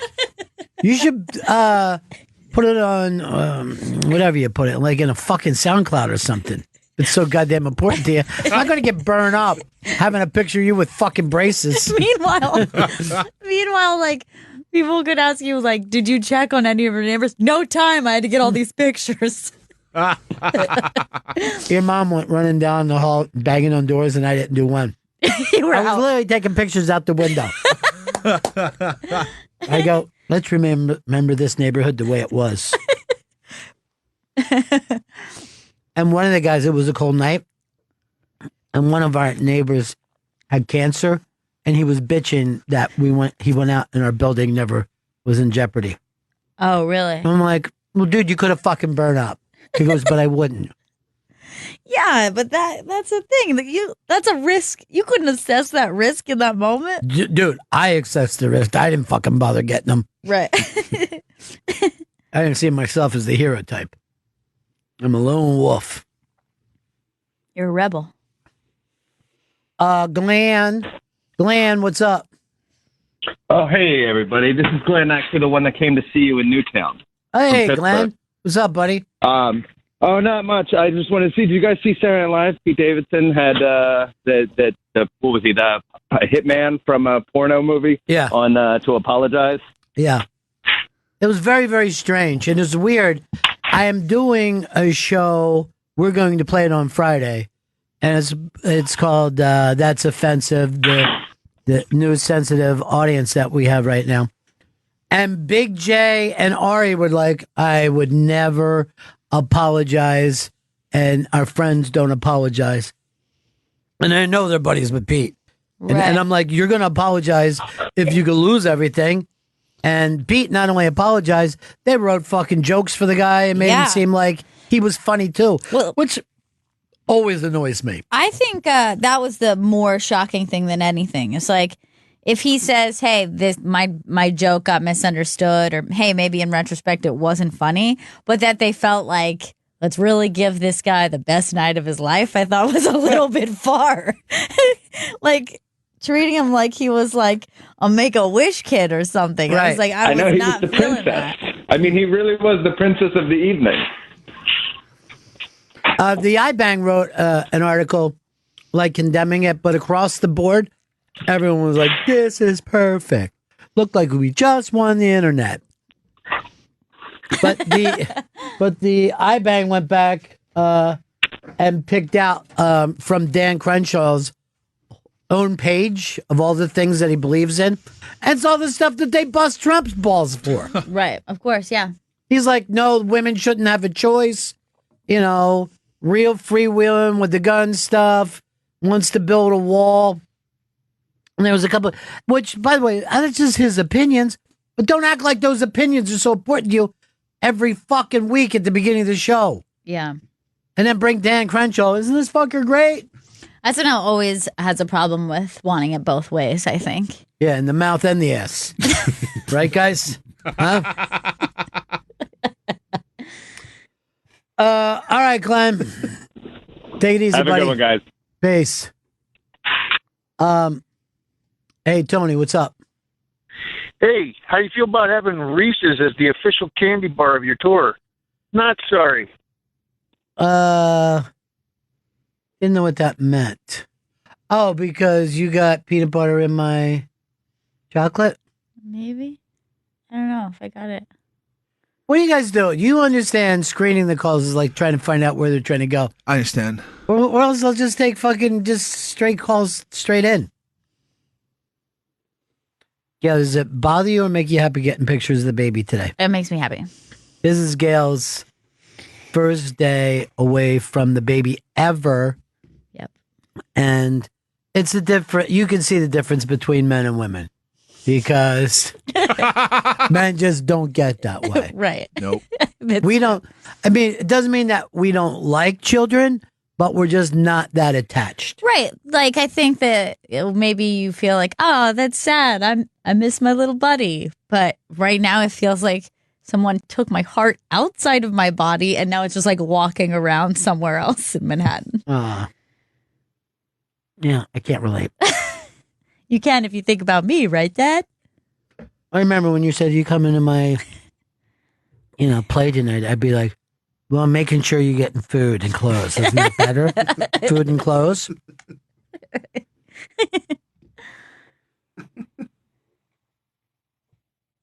But you also have to go pump today. I do. I do have to pump. That's really weird. Yeah, like that's the thing. It's like really strange. It's like it's not as inspiring. Yeah. You know, like breastfeeding is like it's like a little bit easier to do, and then pumping just makes you feel like just like I don't know, like a farm animal, like Is strapped it up to the something. mother equivalent to jerking off? Would you say? It's like It's supposed to relieve if Do you have to like think a about nerves. the baby while it's happening? You do 100%. That is kind of weird. I guess I hadn't really thought of it like that because that's like porn, right? Yeah. So a lot of times if like I have to pump and she's in bed, I'll watch videos of her and her That's making so little sweet. sounds, like little suckling sounds or cooing, then creates a letdown of milk and then it starts to come out. So this is going to be weird because it's the first time I'm not doing it in in my own home. Yeah. So they actually say you can get like stage fright even. Like I have no we problem. have a station here, right? We do, yeah. We have a mother room, it's called. Yeah, and it's only for pumping? It's just for pumping or breastfeeding, whatever you want to do in there. Could I go in there and take a nap one day? If I no don't one's think using that's what it's for. I really want to do that. It's really not for that. But it's weird because breastfeeding, I have no uncomfortability with. Right. Like I could breastfeed in front of all of you and I wouldn't feel And you uncomfortable. have. And I have. But I would feel really uncomfortable for some reason if I was sitting here just being pumped. I don't know why. But I gotta agree. I don't it's like something that. about it. It just doesn't feel like I would feel so uncomfortable. It's a totally different thing because Yeah. when you're breastfeeding, it's not about you, it's about the baby. Right. Where this thing, we can't say, this is about the pump. This is Grow up. It's just the idea of being like milked. It's just gross. It's like suddenly it's weird. But you have to do that because you have to be, Yes. you'd like be hurting if you didn't. I would be hurting, and then also your supply goes down as well. So Oh, I if didn't you know don't, you gotta use it, or you lose it, as they say. You want these guys to do shots of your breast milk? Would that I be would weird? love that so much. That would be so amazing. Would you guys do it? I'll drink some breast milk. I had a feeling you would be a solid yes. He doesn't turn Mostly down because anything. it's a food. I'm pretty hungry too. It's I have tried it, and it is very sweet. It's like almost Well, like Chris is eating his cum. Not this is going to be sweet. way better than that. Believe me. Bullshit. Now, did you guys see the story? I'm going to ask the guys first what they think of this. Okay. Seems All right, so sexist. there was a it is sexist. What I'm saying is to try to get a sexist answer. So, there's a flight going on transatlantic. They run out of the baby doesn't have any more formula for this trip. And the baby's crying. And the stewardess, or flight attendant, as it's now called, said, well, I am nursing, so if you would like, I will bring this baby to my teat to let it suckle, right? And they said that the baby just locked right on. Some people were incredibly offended by this or thought it was weird. Some people thought it was normal. I'm willing to bet, even if a man isn't offended by it, there's no man who sees that as normal or good. That's pretty weird. I'm going to say that right now. What about for you, Earl? It's strange. Yeah. Very strange. Now, there is a term called wet nurse, is there not? There is. And yes, that's exactly what they did, Yes, right? Or that's do? what they used to do. I don't know where they're still used, if they're still used. But when they existed, that's what it would be. A woman who had a baby, and then for whatever reason, usually, I don't know, just riches. I don't know why a mom would just be like, I'm too rich to nurse my baby. I guess they didn't want to do Right. or even have enough. Or what if they went away? Exactly. You know, there wasn't formula. There just wasn't formula. Now, you hear this. Would you have been able to do it? I 100% would have done it if I was in her position. When I read this story, I cried. And in fact, so I have a couple women that I met because we were all pregnant around the same time, and our babies are all within like a couple weeks of each other. And one of the moms had to go away and be away from her baby for the first time for a weekend. And her baby was having trouble taking the bottle. It's like from breast milk that she had pumped from the bottle. And she said she was really close to texting us and saying, would one of you go over and feed my baby? Because she was so anxious at the idea. And the baby ended up being fine and taking the bottle. But all of us across the board said 100% yes, we would have went over and fed your baby.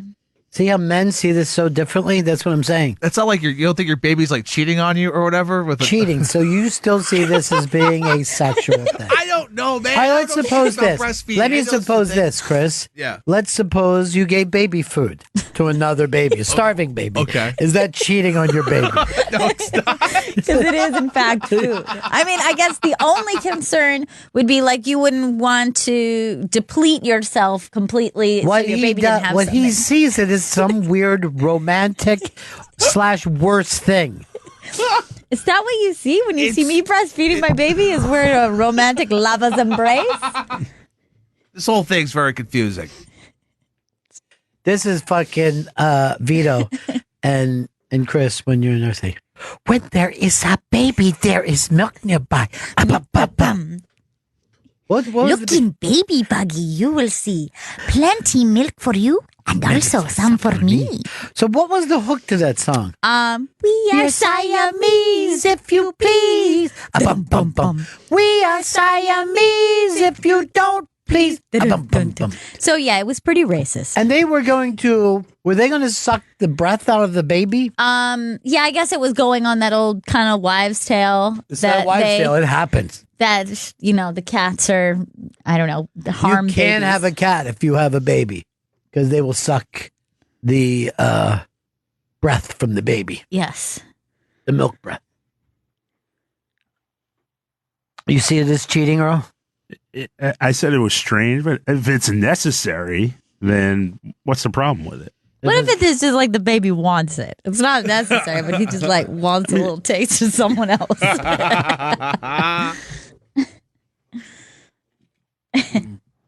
Were you breastfed, Earl? Yeah, we all were. How many? 8. How many were suckling? 8 all at the same time? No, not all in at the same time, squeezing. Just fighting over. The rut always gets pushed out. Sad. My brother and I were only 14 months apart. So you're probably breastfeeding possibly at the same time. Each other. It's highly possible. Yeah. There was a picture of the woman breastfeeding the baby, the flight attendant who she had never met before, and it was in front of the first class.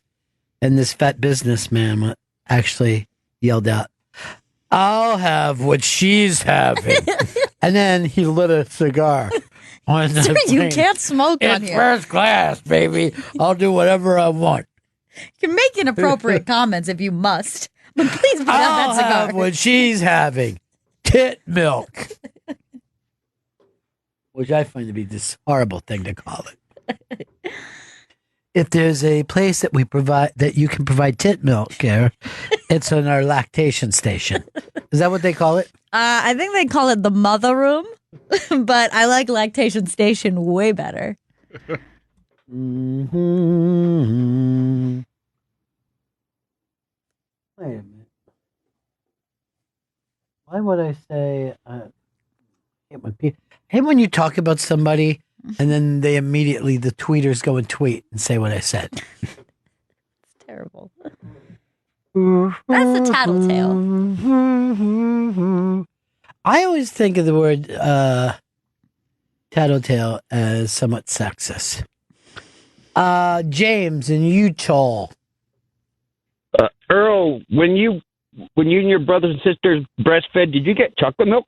Racist! Oh my God. That's fucking racist, Earl. Jesus. Stand up for yourself. Fight back for the love of God. It's fucking 1958. We don't need to hear that kind of bullshit down here in Birmingham anymore. Josh Adam Meyers is going to be here. How long does it take you to do the pump? It might take me like a half hour. Half hour? Yeah. Jeez. I mean, That's a from lot of setup, milk. from setup to cleanup. Well, he's going to be here an hour, so I'll start with him. Okay. And then, I want you to come back because he has a new podcast. I haven't talked to him about this, but it's called The 500.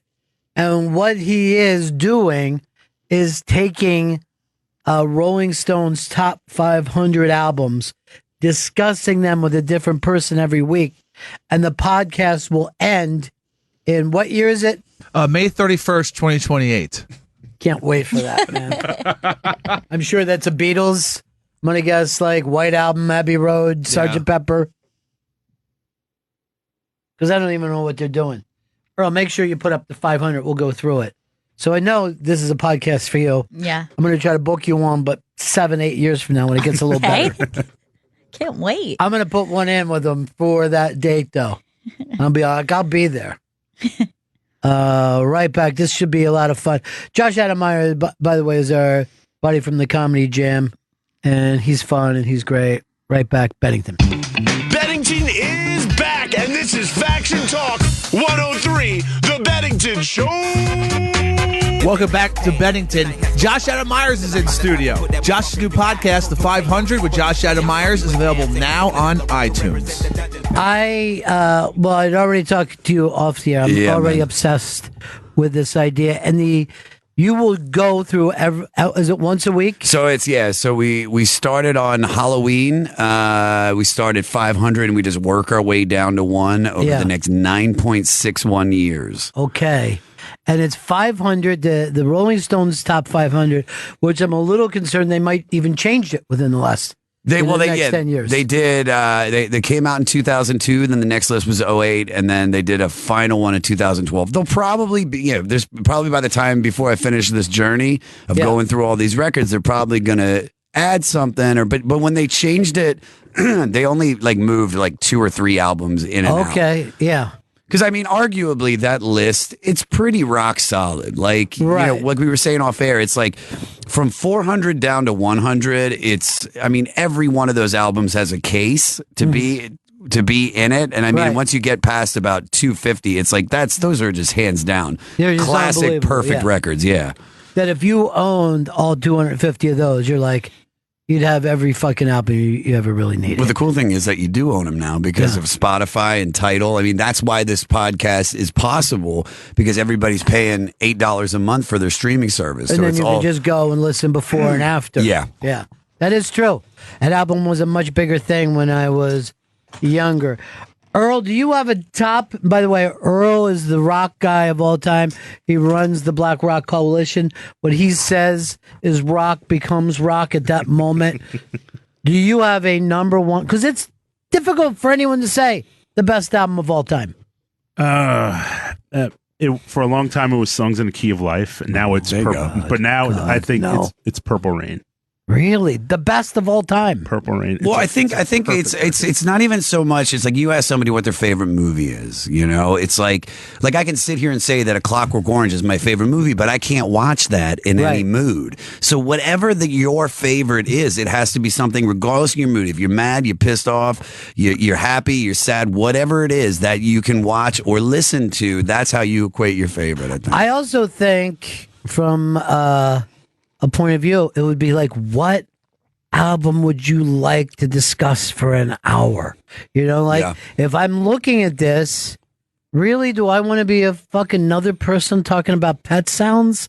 Or is there an album that I could say, I feel like I could talk about this better than anyone else ever has? What's cool is that, so the first few episodes as I started is like I tried to match up like somebody that loved that record. Like when I did BB King live at Cook Jail, Ryan Sickler from the Crab Feast podcast, he's a huge BB King fan, so it was super easy to match them up. But then I'm asking Burr to do it, and Burr's like, well, I want to do Led Zeppelin 4, and I'm like, dude, that's in like 8 years, bro. I was like, I need you now.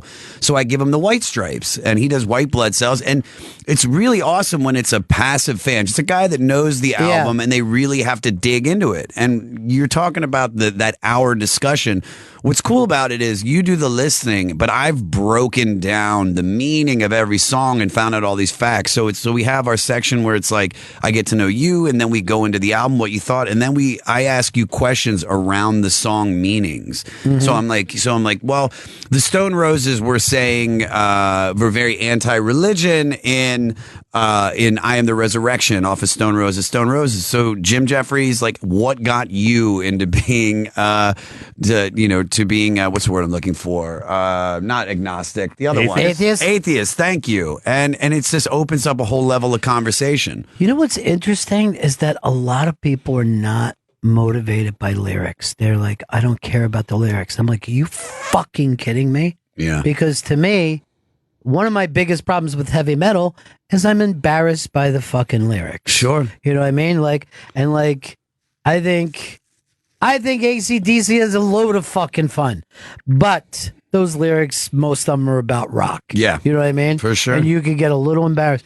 And that's why people hate critics, because they're literary people, because they're wordsmith people, a lot of people think they pay too much attention to the lyrics, and that's why they love an Elvis Costello or a Paul Simon more than any of the fucking metal guys. You know, the funny thing is, I've never learned 99.9% of the lyrics to any of the songs that I like or sing. I mean, it's like now that I'm actually doing it and I'm like listening to the albums and I'm reading as I do it during my like 15th pass of listening to the record, it's like I really get to find out what these songs are about instead of just, oh, I like this one. It's like you really find that like some of these people are putting their heart and their soul into these words. Some are just throwaway lyrics, but a lot of times, I mean, the other day I was listening to Bonnie Raitt, her second album, Give It Up, which I think is 495 on the record, on the list. Yeah. And I mean, there's a song called Love Has No Pride. Yeah, 495, Love Has No Pride. And I'm reading the lyrics and it's just about her in this relationship. And she's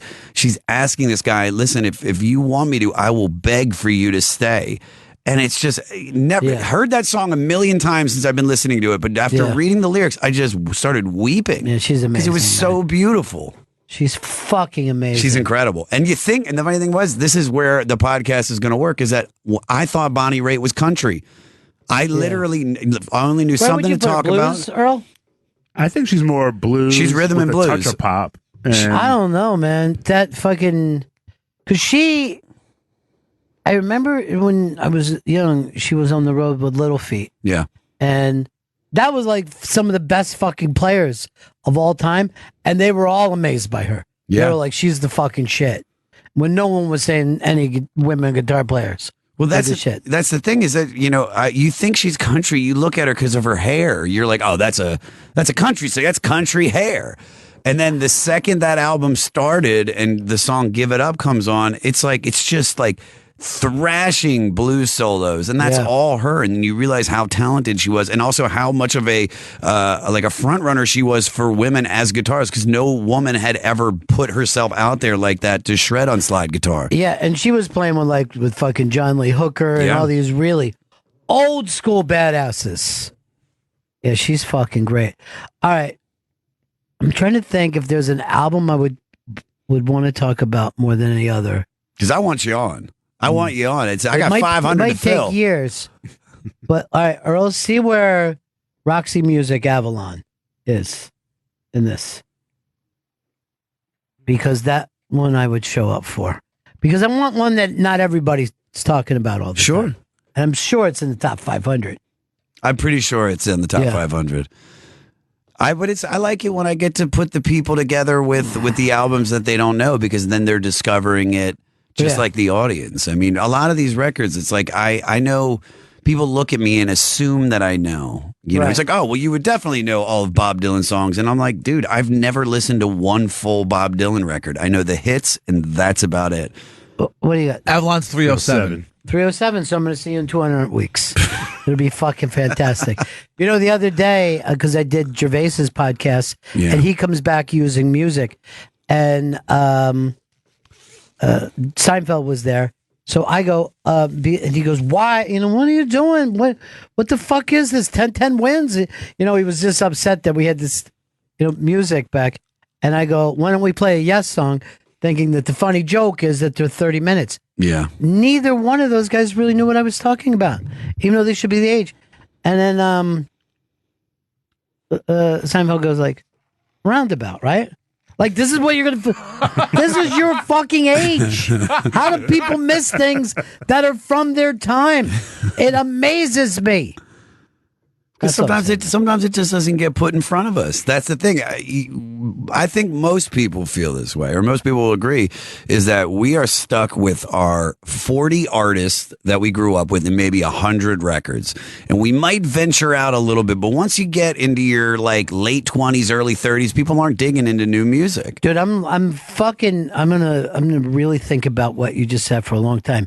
40 records. You're saying? I'd say 40 artists, 100 records. Okay, that we keep on this rotation. Records. Okay. I'm going to think I'm about not saying now. No, I'm not saying like there are music fans and there are people that I know are completely well-rounded and are constantly introducing new music. But for the most part, most Americans, most people in the world are stuck to the same stuff they've always been listening to. I may be one of them. I literally may be one of them, because a lot of times I'll think, isn't it amazing? I grew up in the greatest time in the history of music. Yeah. But that's because you're young and that's what you were fucking leaning into. And yet I will still fight for those 40 fucking artists. Sure. There's no doubt about it. Chris, what would you pick as your album that you could talk about? I would say Excitable Boy, Warren Zevon. That's a fucking good one. I might even take that. Never listened to it. You could have it. You never listened I've to this. never You're a fucking LA guy. It doesn't make it different. That's what I'm saying. There's so much music that I've never been Dude, this fucking whole experienced to. album is about the Strip, and you live on the fucking Strip. You know what I mean? That's true. Like, this fucking album you would love. You're going to start and cover these fucking songs. I can't wait. That's how many weeks is that? That's what I'm saying. How long until Where I is get to Excitable Boy? It isn't. Oh, that's fucking ridiculous. All right, guys, that's my time, everybody. Are you sure? I was thinking, too, I'm going to take a Randy Newman for I'm myself. finding all these links and everyone's bitching about what? No Warren Zevon? Not one Zevon album on the entire list. Well, you can see why Josh doesn't even listen to that fucking but asshole. this, I want to. An asshole. What do you... That'll be an amended one. Maybe we'll throw in at the end when the podcast is so popular. It's like, well, we can't end now. It's 10 years. And everybody still wants more. And then we'll do all of Warren Zevon's catalog. I would have did the first album. That first Zevon album was just as good. What the self-titled one? Yeah, but that one's from like a couple years even before you hit, right? Yeah, that thing didn't even chart. Yeah, but Excitable Boy was the first one to chart. Yeah, Werewolves in London on it and all that stuff. But this is the thing, and this is why I'm doing it, is because everybody is constantly, when I tell them I don't know, I know the name of the artist, I know like Werewolves of London, but that's about it. Well, it's on that album. Really? It's on Excitable Boy. That's It'll what I'm be saying. great Is for like, you. but that's the thing, is that everybody knows hits, but nobody knows the deep album cuts, and those are the ones that are generally the best. Yes, a lot of times they are. And now that's the problem with like Apple Music puts up essentials, and like, well, why are you doing the essentials? Why can't we just well, then you can listen to some of the albums. But I'm just saying, it doesn't make people get to know the artist any better if you're going to put up a greatest hits for them. Yep. Now, well, Earl and I were just talking about this on the way in today, not even knowing that we would do this. But the first 3 Elvis Costello albums all came out within like 2 years. And they're fucking 3 classic albums. We're doing that. What do you think he was? 24 years old? Like maybe mid 25, 26. It's just amazing to me. Some of these young fucking. I mean, if you look like Morrison did all of his stuff by the time he was 27. Yeah. He was dead at fucking 27 years old. Is there even anybody that's 27 years old now that you would listen to talk about, to tell you what kind of fucking steak you could buy? You'd be like, shut the fuck up. And yet this guy, I still feel like the wisdom that he might have had, even though it was drunken drug addict wisdom, but still there's some really smart shit in there. Where's the first Doors album show up? Give me a second. Come on, Earl. I was looking up Elvis Costello. Why are you? Where's he at? Where's Elvis? I think he's got a bunch on there. Yeah. First Doors album shows up Strange Days at 407. I got a while before that. I got like 2 years. Yeah. Who do you got booked coming up? What do you? We've done, I've done, Jim Jeffries doing Stone Roses. That's going to be this Wednesday. I've got Bill Burr doing White Blood Cells by the White Stripes. Then I have Kevin Nealon doing Boz Scaggs. Fortune Feimster doing Wait, what Bonnie Boz Raitt. Scaggs is he doing? It's Boz Scaggs. Okay. But that's not a Boz Scaggs record. This is what's dope. It's Boz Scaggs by name, but that is Muscle Shoals.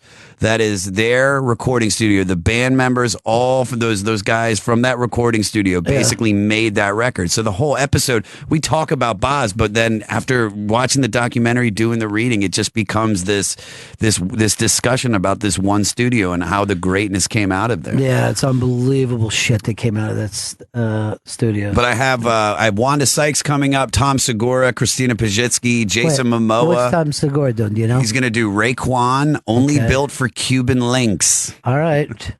This is what's dope because he in passing, like I don't even have to ask people to do this podcast. Everybody just wants to do it. They want to talk about it. It's like I was just in passing, like, yeah, I got this new podcast. I mentioned the idea, and he goes, "What's the next hip hop record?" And I was like, Raekwon, and he's like, "That's mine." He's like, and when you get to any kind of thing like the Smiths or Bauhaus or any of those bands, he's like, Christina's going to want to do that. So. It's great, man. I'm having such a good time to sit down and talk to some of my friends. By the way, I knew Christine was so much hipper than Segura, but this just fucking cements it for me. It just cements it. All right, what other records are coming up? Or what's happening on the list?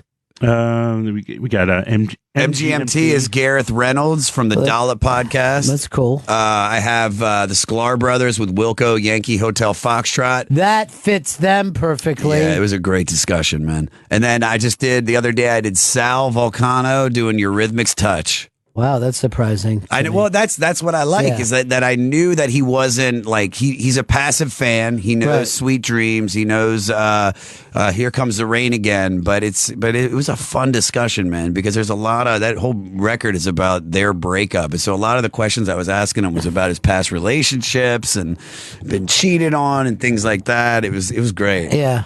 Well, when Dave came in one time, and this was years ago, that was the guy who looks like a rock star 24 hours a day. Yeah. Those are my favorite fucking rock stars that do not turn it off. Yeah, You know what I mean? it would be weird if I ever saw Slash in anything but leather. Like if I saw Slash in Lululemon, I'd be like, all right, dude, go back in your house, man. Put on some leather pants. I saw fucking Lou Reed still walking down the street wearing leather pants.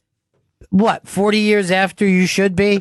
And it was like literally hanging a little bit in the crotch. It was like a saggy leather crotch, and he was taking small old man looks. And I was like, good, Lou. Good, buddy. All right, I'll do anything by Lou Reed, too, or look it all up. No, you'll have people back, though. Like, you're not going to go. Yeah. That's the thing is that I said to Bill, it was like, there's people that I want early that are my friends like Burr and Big J and and you and just whoever that I just connect with. But I mean, this is a huge list, a huge undertaking. So of course I want to have people back, but I'm going to extend past comedians.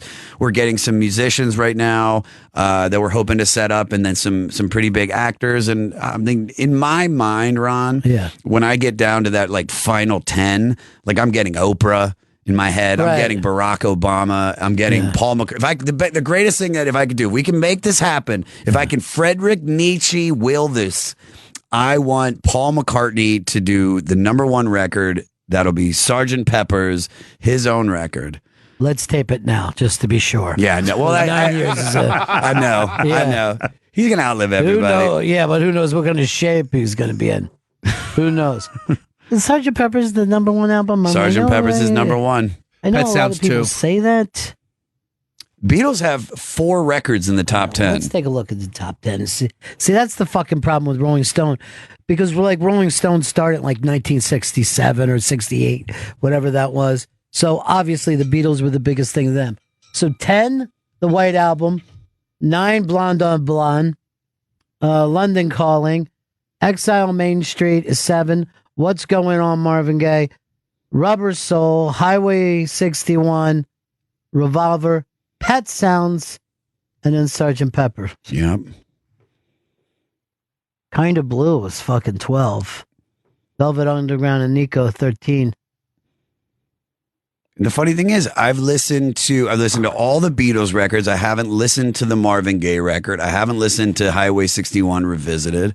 I have listened to London Calling, but that's why I want to do this, because I know that when it gets down to it, it's like I'll have experienced just some of the greatest music in the history of mankind. You'll go through the 500. I can't wait. Josh Adam Meyers is in studio. His new podcast, The 500 with Josh Adam Meyers, is available now on iTunes.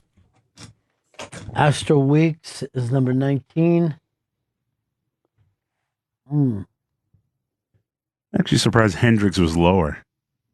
People don't know what to do with Hendrix, because Hendrix is out of that whole era, for some reason, the guy who sounds the most dated. Like the music itself does sound dated. Jefferson Airplane is another fucking group that sounds super dated. Yeah. It's not. There's nothing wrong with being dated either. You know what I mean? It's not fucking bad to sound like the year that you came out. Mm-hmm. But they do. Yeah, because the Hendrix records used a lot of like the phasing and the flanging and all. Yeah, everything that he did with his guitar, nobody had done before, and everybody's done since. You know? You know what's cool about doing this is, and it came from the Boz Scaggs record, is I'm still obsessed with Jimi Hendrix, but now because of this podcast, I now know about, and you're going to make fun of me, Duane Allman. Oh, you didn't know who Duane I knew who he was. I knew he was great. But when I heard Loan Me a Dime off the Boz Scaggs record, and that was the moment I was like, oh, this isn't a Boz Scaggs record. This is a Muscle Shoals. And then I did all the research, and then I became an Allman Brothers fan. I forgot that fucking Duane Allman was a fucking session player. Yeah, man. For them. And that was before the Allman Brothers. I mean, and his solo, he has 2 solos. The song is 12 minutes long. I'd say about 7 minutes of the song is just Duane Allman soloing. It's one of the most incredible pieces I've ever heard in my life. And now I'm a huge Duane Allman fan, all because of the podcast. Here's a weird thing being in New York. Those fucking, I mean, like there was a big difference between being Southern and Northern back in those days. Yeah. And those fucking guys came into New York in like 69 and 70. And New York City had a love affair with them for the rest of, Greg Allman's life, for sure. Loved in New York City. Would come to the Beacon, play a month every year. 2,000 people every night, every fucking year, like it was spring training. And the live at the Fillmore East is maybe the best live album that's ever been done. And that's fucking unbelievable album. Whipping post, 22 minutes, just thrashing. Yeah. But that is why I wanted to do it, because if I never would have done that, I never would have learned about Boz Scaggs, which then would have led me down into Duane Allman. I'd still be listening to fucking Stone Temple Pilots all the time.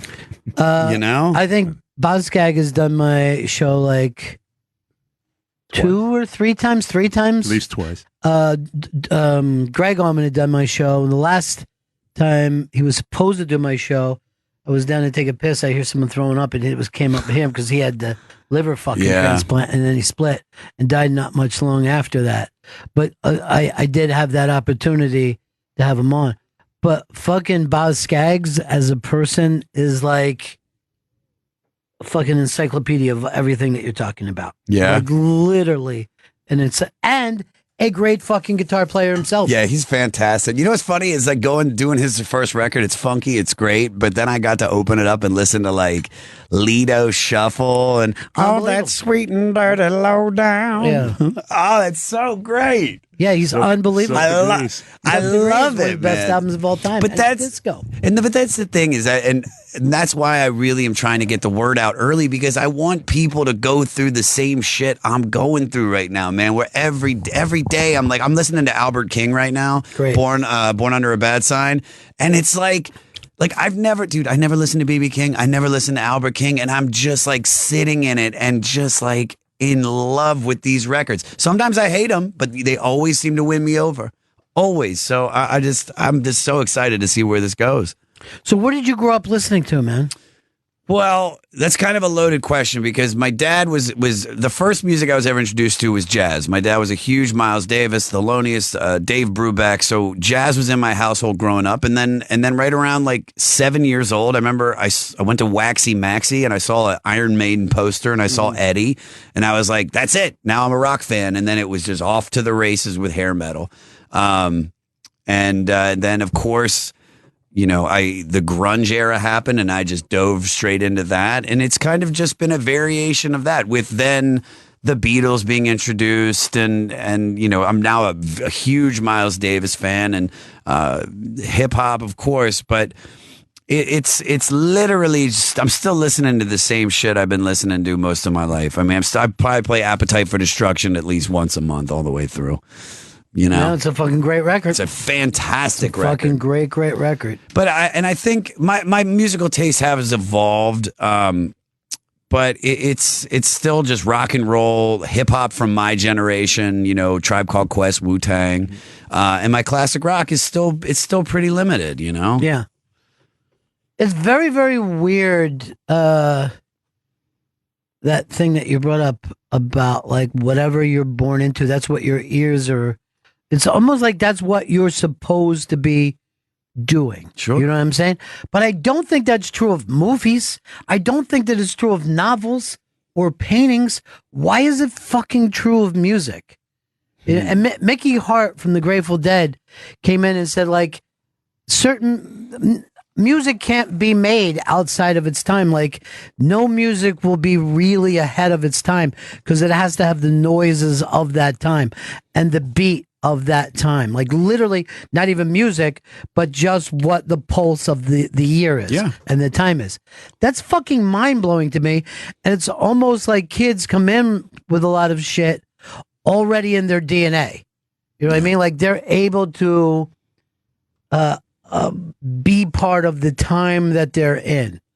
Like maybe if you took an electric guitar back to the 1800s, no one would ever figure out how to play it. You know what I mean? But a kid could be born now and just start fucking playing whatever is fucking popular today. And that's stunning to me. That's way fucking out there. That's way out there.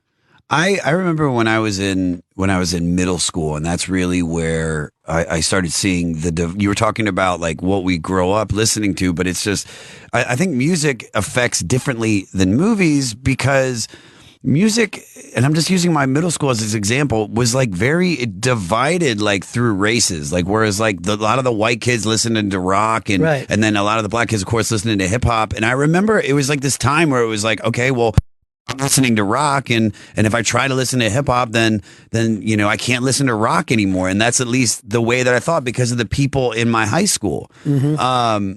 And then it wasn't until I started getting later into high school that I realized that you could actually listen to everything and it was totally normal. And I know that might sound like stupid to think that way, no, but that's just the way it was like broken up. Yeah. It was identity.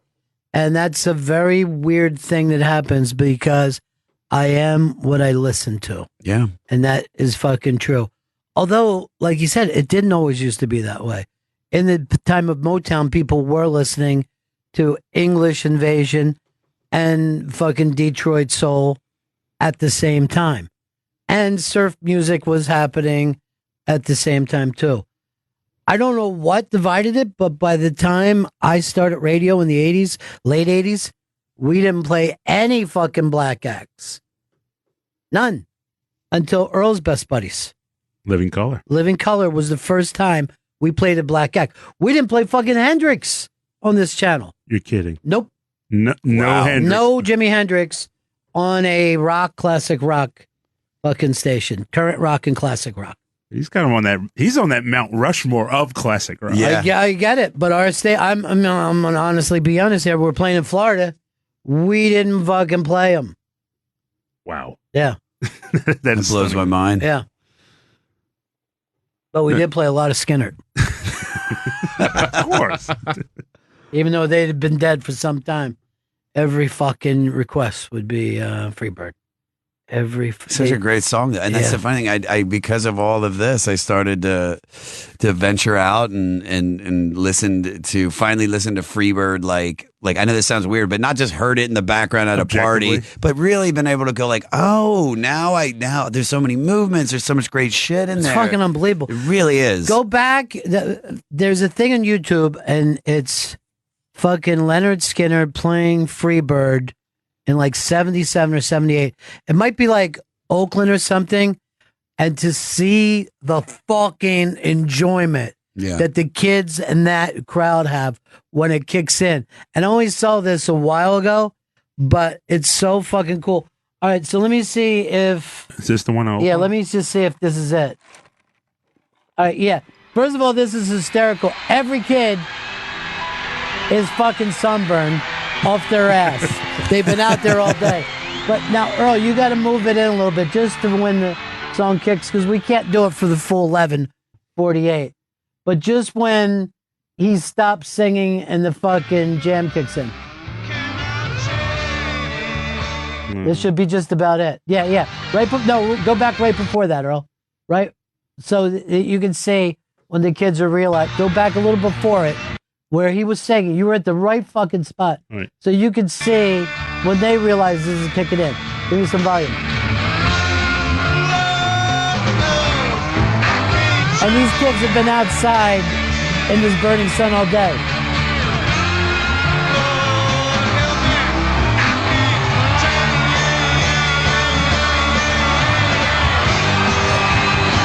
This is everything I like about rock and roll here. That's it right and there, it's fucking man. endless. Look how burnt these fucking children are. She's got melanoma. The fucking joy in that crowd, you can't achieve it anywhere else in life, you know? Of course, I don't have to tell you that. You know that moment that you're just so connected. It's even unexplainable. I think that's why I love music so much is because, and I love stand-up comedy more than anything. It's my passion, but I think one thing is while stand-up comedy can be and is judged, music is just enjoyed. You know what I mean? It doesn't make a difference how a song sounds. Like if I could 1 minute be listening, to Lil Wayne, and then the next minute I'm listening to Katy Perry, and then the next minute I'm listening to the Beatles, and the next minute I'm listening to Alan Jackson. If it sounds good to my eardrums, I'm gonna listen to it. It's just that's what I love. Doesn't make a difference about the genre. And there's also something totally different about listening to a record and loving it and being at a live show, and whatever happens, it's kind of out of your control. Yeah. That you take on the feeling of that room, arena, whatever it has to be. And that can take you places that is metaphysical. You're with those people. And sometimes it lasts a minute, sometimes it'll last an hour. Sometimes it's just little flashes where you're just like, fuck yeah. And it could be a bar band where you're just like, this is the fucking greatest night of my life. You know what I mean? You're just losing your shit. That's the best. Yeah. And like you try to explain to somebody why that show was so great, you can't really do it. But it's I think it's the same reason that people went to church in the first place. Sure. To get that fucking feeling of connectedness. And I also think that's probably the reason why the goddamn Comedy Jam will never be successful on television, because it's one of those things that lives in the room. Yes. And it's just you can videotape it, you can edit it however fucking way you want to, but man, oh man, the feeling that is going on at the Jam when we are doing it is just it's fucking it's a antidepressant for everybody. It's Zoloft. It's the greatest thing for everybody. And there is such the fucking TV does give it a filter. Yeah. You can't get around that. But what was really great about the Jam is a lot of times that's happening with people who it shouldn't even be happening with. Of course. You know what I mean? And we're all fucking sitting there fucking clapping the taking care of business, a song I didn't even fucking think I'd like. You know what I mean? And you're just fucking caught up in it. Yeah. This is great. And a lot of times people try to push the singer up over the top, you know? And it's really an incredibly fun thing. But I think it's the same thing is true of comedy, that you can't really watch a comedy special on TV and have that feeling of danger and edginess Completely. that you have in the room. Completely. Yeah. It's fucking weird, though, isn't it? Oh, It's 100%. weird how we try to capture things, but we never really do. Well, I think some rock concert videos have, but it just gives you the scope. It doesn't give you the feeling. I mean, I can watch Pink Floyd Pulse and just be like, oh, I could imagine, like I see all the visuals, but there's something about that, about live performance that it's like when you're in there and you're out of your head and you're just like those kids dancing around, you're present, you're enjoying life, and that energy transcends into the artist, and then it's just a back and forth of love. Literally, one of the fucking shows that I was talking about was a fucking Pink Floyd show. Yeah. And the guys that I saw this show with, I just saw like a month ago. Haven't seen them in 30 years. Fucking, we're sitting there talking about that fucking Pink Floyd show. Yeah. Because we had tripped. And they did fucking songs we had never heard before, and then did Dark Side, the entire fucking thing. We were gone. We had left whatever this fucking plane was. We were together, just fucking soaring. So, I mean, after like 30, we were going, hey, remember that fucking Pink Floyd show, right? We literally had the acid going, what time you think they're going on? Because they don't want this to kick in too soon. Exactly. And I definitely don't want it to kick in too late. Is there anyone we could talk about? The exact fucking time. I got to tell you a funny story. This is about, and this goes with my podcast about trying to introduce people to music. I had these friends in high school, and all they listened to was 311. Just to give you an idea of the music that they liked. I didn't like 311, and we were hanging at my friend Jesse's house, and we were about to drop acid, and I go, guys, I got this new CD. It's called Dark Side of the Moon. Right. I'm going to go grab it. And then by the time I get back, we'll all be tripping. I'll put it on and it's going to be fantastic. It's supposed to be made for LSD. So I ran home, grabbed the CD, went back over to Jesse's house. When I got there, all five guys are just sitting on the couch, just like you could see like the acid starting to course through their veins. So they're just kind of like, ugh. And then I'm like, all right, here's the CD. And I put on Pink Floyd. And you know how it starts with all the noises, the build up, the scream, and then it drops into breathe. And immediately Jesse goes, let's put 311 back on. And I'm like, all right, Jesus Christ. Fuck you, motherfucker. Some people you just can't introduce things to. Yeah. You know? All right, we're going to wrap this up. Congratulations for this podcast. I Dude, think it's thank you for having really, me on, really man. successful, too. Thank you, buddy. Yeah. Go ahead and plug it, Chris. Josh Adam Meyers' new podcast, The 500 with Josh Adam Meyers, is available now on iTunes.